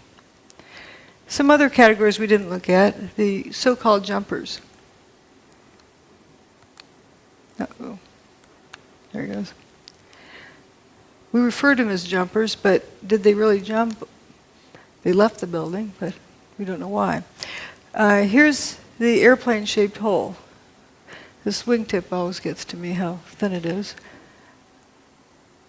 And we have some interesting people up here hanging out of the 105th floor. Closer look, looks like this guy's taking his pants off. This guy has his shirt off. If there's a fire in there, your clothes protect you from fire. We don't see smoke coming out these windows. What's going on here? Why on earth would someone want to take their clothes off outside the building? They want to live. They're hanging on to the building. This guy's hanging from one hand and one foot, taking his pants off. Let's say he has some weird fetish that he just needs to take his pants off. Well, if there's smoke inside, you take it a big deep breath, step in, get the pants off, step back out. Why hang from the outside of the building? Well, if I were there and if I was told the building's on fire, I'm going to head to the bathroom right away before we lose water pressure. Wet down whatever extra clothing I have around, wrap it around my head, and head for the stairs. I'd be wet. If the fire sprinklers came on, I'd be wet. If they didn't come on, it was hot, I'd be wet, sweating. Good chance that their clothing was wet. Now, why would they want to take off wet clothing? You ever heard of active denial system? I'm not saying that's what this is, but just as a parallel. It's a microwave, they put it for crowd control. And it makes you think that you're burning up, so you just have to get out of there. You just leave no matter what. You don't think about it. So maybe some people were jumping from that. Would be a good reason why you'd want to take your wet clothes off. Microwave is many times worse for wet clothing. I don't know if that's what it was, but it's consistent with something like that going on inside the building, but not outside the building. And we do know the building was turning to dust inside for the hour before its demise. There's people who say it was thermite. Okay. What? Reports of it, as well as, evidence of it in other ways. But there's a cute story about a new probationary officer, first day out of school for being a firefighter, and he's supposed to stick with his boss. And they get up to some place, and the boss says, "All right, everybody, drop everything and go down a few stairs." And they get down there, and then they eventually start going back up again. And the boss says, "Well, where's your mask?" "Well, you said to drop everything." So, but the poor guy. So the boss said, "You get out of here." So here's this firefighter making his way down the stairs. He gets down to the third floor, and 100% of the light is blocked out because he described it as having been turned to dust. He knew it wasn't smoke because he could breathe, but the floor had turned to dust. It was completely filling the air. There's a lot of stories similar to that. Now, there were folks who somehow believed that thermite had something to do with it. Well, let's see if we can make some. You have a steel structure, the towers, with aluminum cladding. Let's see if you grind them up. And you end up with rust and aluminum powder. You know what that is? Thermite. Those are the ingredients of thermite. So those ingredients are going to be there anyway. But what does thermite do? Well, here's a test of thermite here. Welding a railroad thread. Blinded by the light. There was something missing in Manhattan that day. People weren't blinded by the light. If there was nukes that went off, people would be blinded by the light. That's how they weld roadblocks.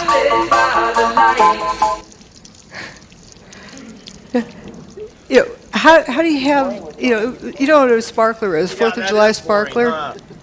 That's what the towers would look like also if it was thermite, doing things.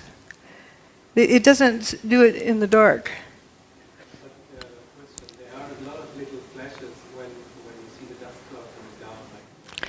Right, but it's not like, thermite. That's another thing to talk about later. There is something, I call them sparkles and sprinkles. But let's, there's a whole lot of different things that, different areas, but that is a good thing to notice. Now, there's hot directed energy weapon systems and there's cold ones. And looking at all, some people need to see things in a data table. We have low heat, unburned paper, low seismic impact, minimal debris, bathtub survives. Material-specific effects, door latches, trunk lids, toasted cars at a distance, tritium without ionizing radiation. It doesn't have ionizing radiation. Dustification. There's really only one thing that fits the bill. I'm not going to describe exactly what gizmo it is, but we're knowing its characteristics. And its characteristics are amazing. We could use this for free energy. Directed energy weapon. Rather than kinetic energy. These are kinetic energy weapons, heat and motion. Wrecking balls, bombs, missiles.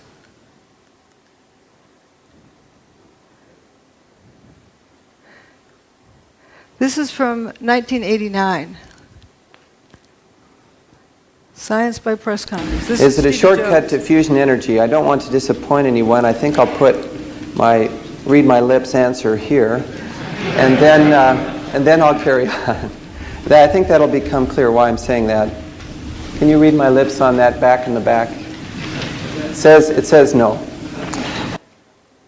Energy is a long way off. That's why I say no. This is our result. It's just way off. It's I think a door that's open to us, but really a door on physics more than on energy.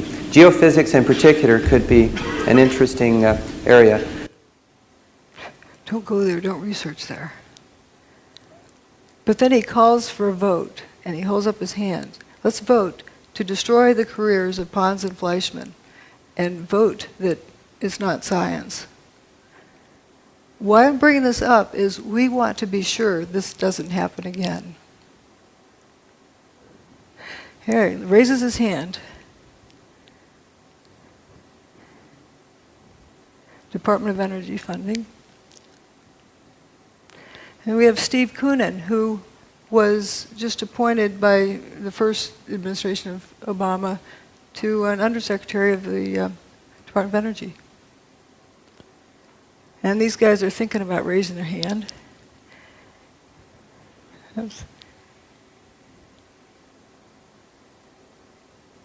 And peer pressure causes people to do things like this too.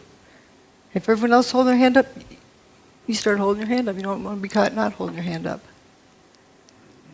But they're determining science by vote.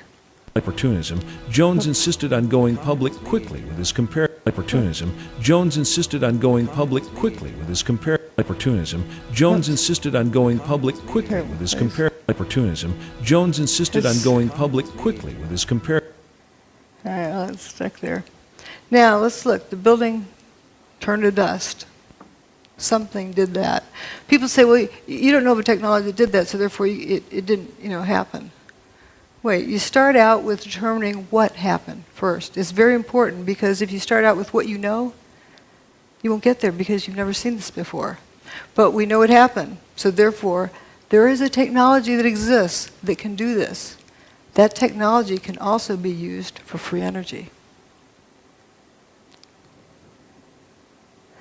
Now let's vote on that. The tower's gone. So this is more of determining facts. Did they mostly turn to dust?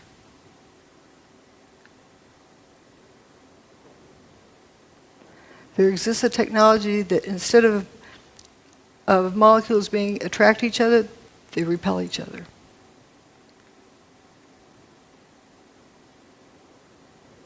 What happened is not impossible because it happened. This is another Charlie Pound song about gatekeepers.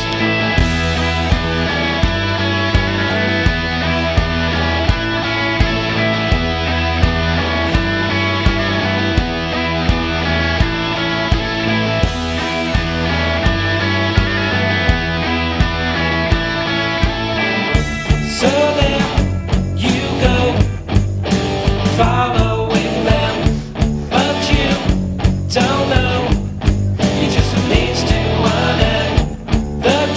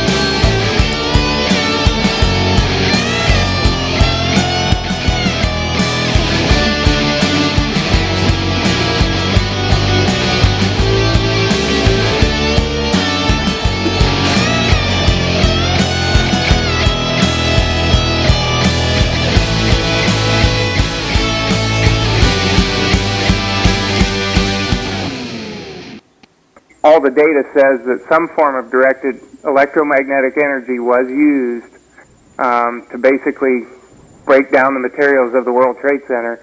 And the connections that Jones has between the cold fusion experience that everybody can read about in Dr. Malaw's book, and with what's going on right now with the 9/11 situation, it's just a mirror image of him muddling up and then, trying to get public opinion against, whoever his target is. In this case, it's Dr. Judy Wood. In the previous case, it was Pons and Fleischmann.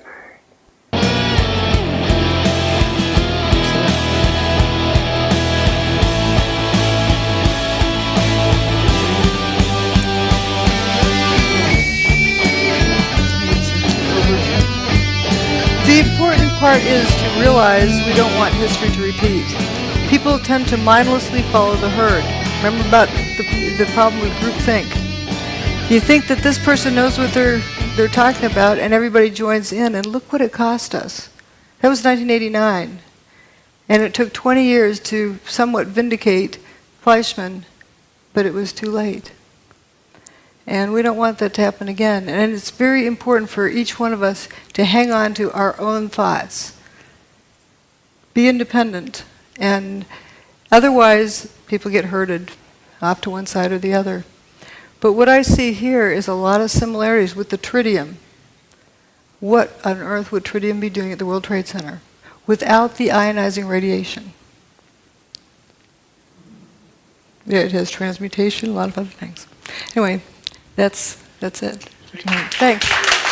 Thanks for caring. Yes. You haven't gone into about the airplanes. How do you explain that? Well, good question. As I like to say, the towers turn to dust. Airplanes can't make buildings turn to dust. Real airplanes can't, and neither can fake airplanes. So they're a distraction. But often people are, they've been taught that there's airplanes that hit. What happened to the passengers? What happened to the airplanes? I don't get into that because it's such a distraction, but it is an interesting question. What happened to the airplanes? Joey Moore, that flight attendant who flew out of Boston that morning, he saw the flight attendants for Flight 175. That was the last time he saw them. The flight attendants that were on 175, he saw them that morning in Boston, the ones that supposedly ended up in the South Tower, that plane, Flight 175. They didn't really go in the plane. Yes, but he doesn't know where they went after that. We don't know. I think that's a different topic. What I'm talking about here today, I'm presenting evidence of what happened. Not theories, not ideas, but evidence. And that evidence, the silver lining in that horrible cloud, is that it is a demonstration of free energy technology. And that is what I am talking about here today. I'm not talking about people's opinions and... I wanted to make the point that Dr. Stephen Jones, he lives in a neighboring town of mine in Spring City, Utah. He's a good friend of mine and of my parents. They're actually in an intentional community together, so I got a very tight connection with him. And what I've learned today and yesterday about Stephen Jones is very troubling to me, and basically plays the role of a decoy of don't look here type of thing. And the reason that that's supported is because he has this evidence and he has not gone with it. It's, to me, blatantly obvious. So I commit to you that I will sit down with my good friend, Stephen E. Jones, who he knows me inside and out. And I know, not inside and out, but we know each other really well. And I'm going to be sitting down with him in person with this book in hand, and I will say, Stephen, why don't you go with this story? Because this is very, very, very obvious. Yeah. And I will then report on my conversation, and I will either explain where the mental disconnect is on his part, that he didn't see this, now he does, or that he is indeed the decoy, and he's trying to divert attention as a government plant to get us to look the other way and not see something that we should be seeing that she's pointed out.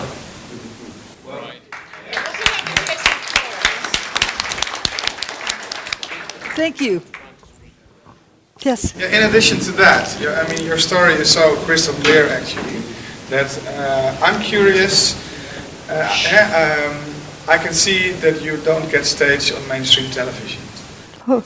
But the interesting thing is and to see where you get staged in the alternative media. Because usually I don't get much of a stage there either. But that's changing, and thank you to Jerome for inviting me here to this conference, and that is wonderful. If you want, if I may, Judy, Yes. my blog. Yeah. If you want to read my blog, that will give you a catalogue of how Judy has been excluded from the alternative media with the evidence showing exactly who is responsible for that. He's documented it since 2006. You can download my blog to a Kindle, an iPad, and actually also a free audiobook from my website. I'll mention this tomorrow, but anybody who wants to download that tonight, they can even get a free audio version because some kind lady in New York decided to do an audiobook of my whole book, 370 pages. She took it upon herself to do it, so it's now in a completely accessible format for anybody that wants to read it free. That's good. Let's see some other questions. Yeah. Yes. Obviously, there was some about John Hutchinson on the web, and I know a little bit about him. Have you much experience with John Hutchinson? And I've been there and witnessed the effects of his. He can get it to repeat, but not all the time. Oh, he can get to repeat whenever he wants to. If you want a demonstration, he can get within 20 minutes. He has the thing warmed up and going. And for people who say that, there's this rumor that it's not repeatable. There's a picture of John sitting amongst about 50 samples. Shows it's repeatable. Judy. Yes. Over here. Hi. Oh, here. Hi. Hi. Great talk. I really enjoyed it. It was a very good presentation. I didn't seem to be sceptical earlier. I didn't really mean to put that over. But moving on, I'm just trying to clarify. On the one hand, we've got the cold fusion. On the other hand, we've got the kind of Hutchison effect. How do those two gel together? I know you're just saying we're only saying what we can see, but I'm just trying to kind of put it together in my head. But looking at the similarities in the evidence, John Hutchison gets all of the same, transmutation. They may indeed be the same thing. Is what he's using like a microwave type? Yes. What he uses is interference of at least two different types of energy. He creates a static field using a Van de Graaff generator. He used to use Tesla coil, but he now uses a Van de Graaff generator, and creates a static field, and within the static field interferes radio frequency signals like microwave. And within that zone, or someplace within that zone, these effects occur. And would you say that the cold fusion type effects, the effects of tritium, was as a result of that exotic energy? It's not that it's like I mean, when I think of cold fusion, I think of electrolytic process, but a solution. But it seems like there's an awful lot of things in common with it. Yeah, fascinating. Like, let's go study it. But, yes. Here in Holland, there were television images. Sorry. Yeah. Here in Holland, there were images on television for weeks on to go with all kind of trucks transporting rubble from ground zero to another place. It went on for weeks on television here. So that gives you the impression there was It actually went on at least till 2007. I was visiting the site in 2007, and there were trucks coming and going then. They were bringing dirt, stirring it around, scooping it up, taking it out, bringing in more dirt. Looked like potting soil, really rich dirt. And a lot of it, coming in, going out, coming in, going out.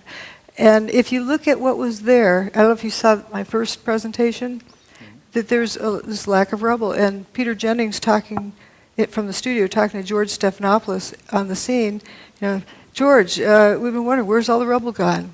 Oh, talking to a volunteer, Robert Galinsky, explained it all fell down into the ground, was pulverized, and evaporated. It wasn't there. Yes. Yes. It seems to me that you're focusing a lot on the main two towers and around but on the fact that Building 7 was actually demolished or whatever 7 hours later changes any logical to explain what they pretend to say that happened. How this other building, 5 hours later, is going to end up coming down. And then also, you didn't mention anything about the one plane that supposedly hit the Pentagon. I'm talking about what happened at the World Trade Center. For you specifically don't want to get into. Well, I'm staying focused on this. There was the most amount of evidence available for this. Also, there was a report which gave me a legal avenue to go after the contractors on the NIST report. What about the Building 7? You didn't seem to. I covered it also in the earlier talk. There's a whole lot of similarities with it. It was turning to dust throughout the day internally.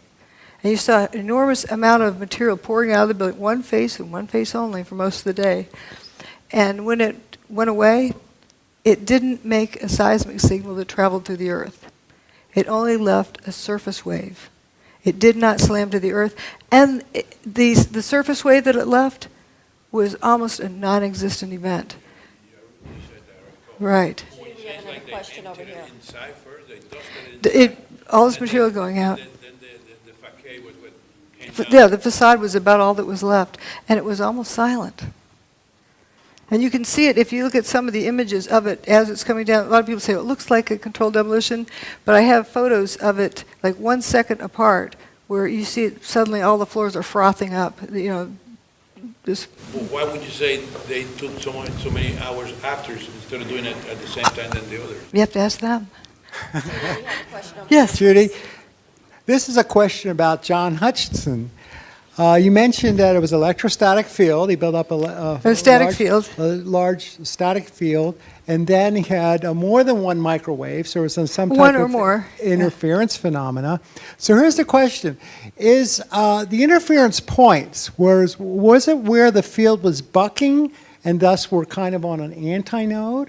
There really isn't so much of a node. It's like what one energy field does to another one. Maybe a way of explaining it is, it's a couple of ways you can get inside of a house. You can bulldoze down the front wall, or you can use a key.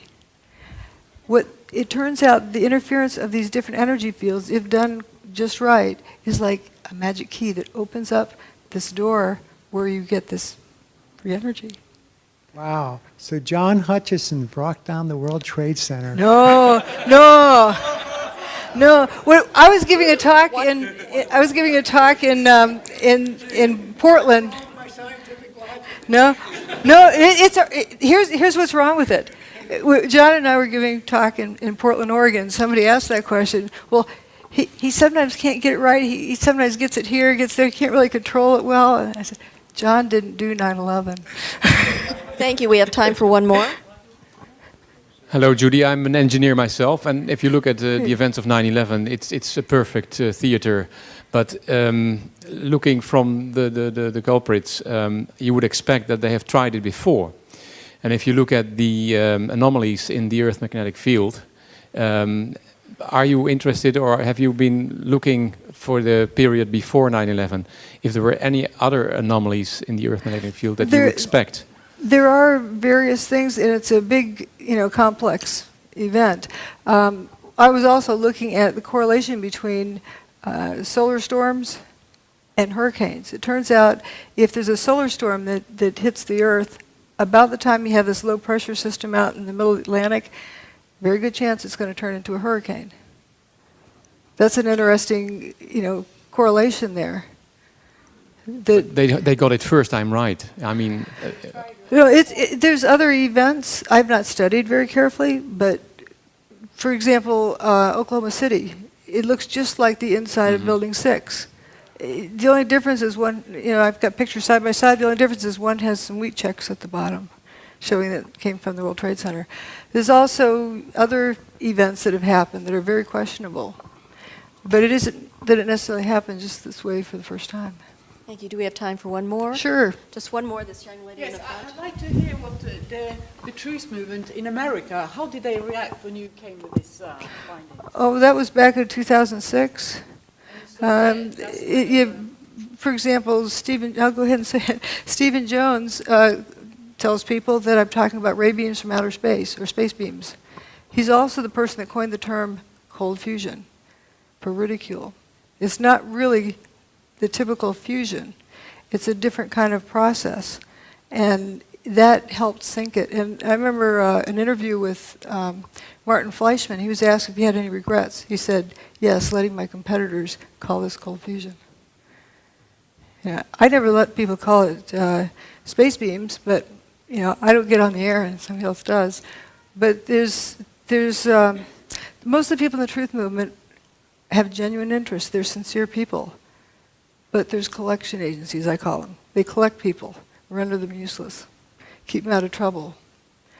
And anytime we get pulled into a group, or like what somebody recently told me, if you find yourself on a garden path, leave the garden.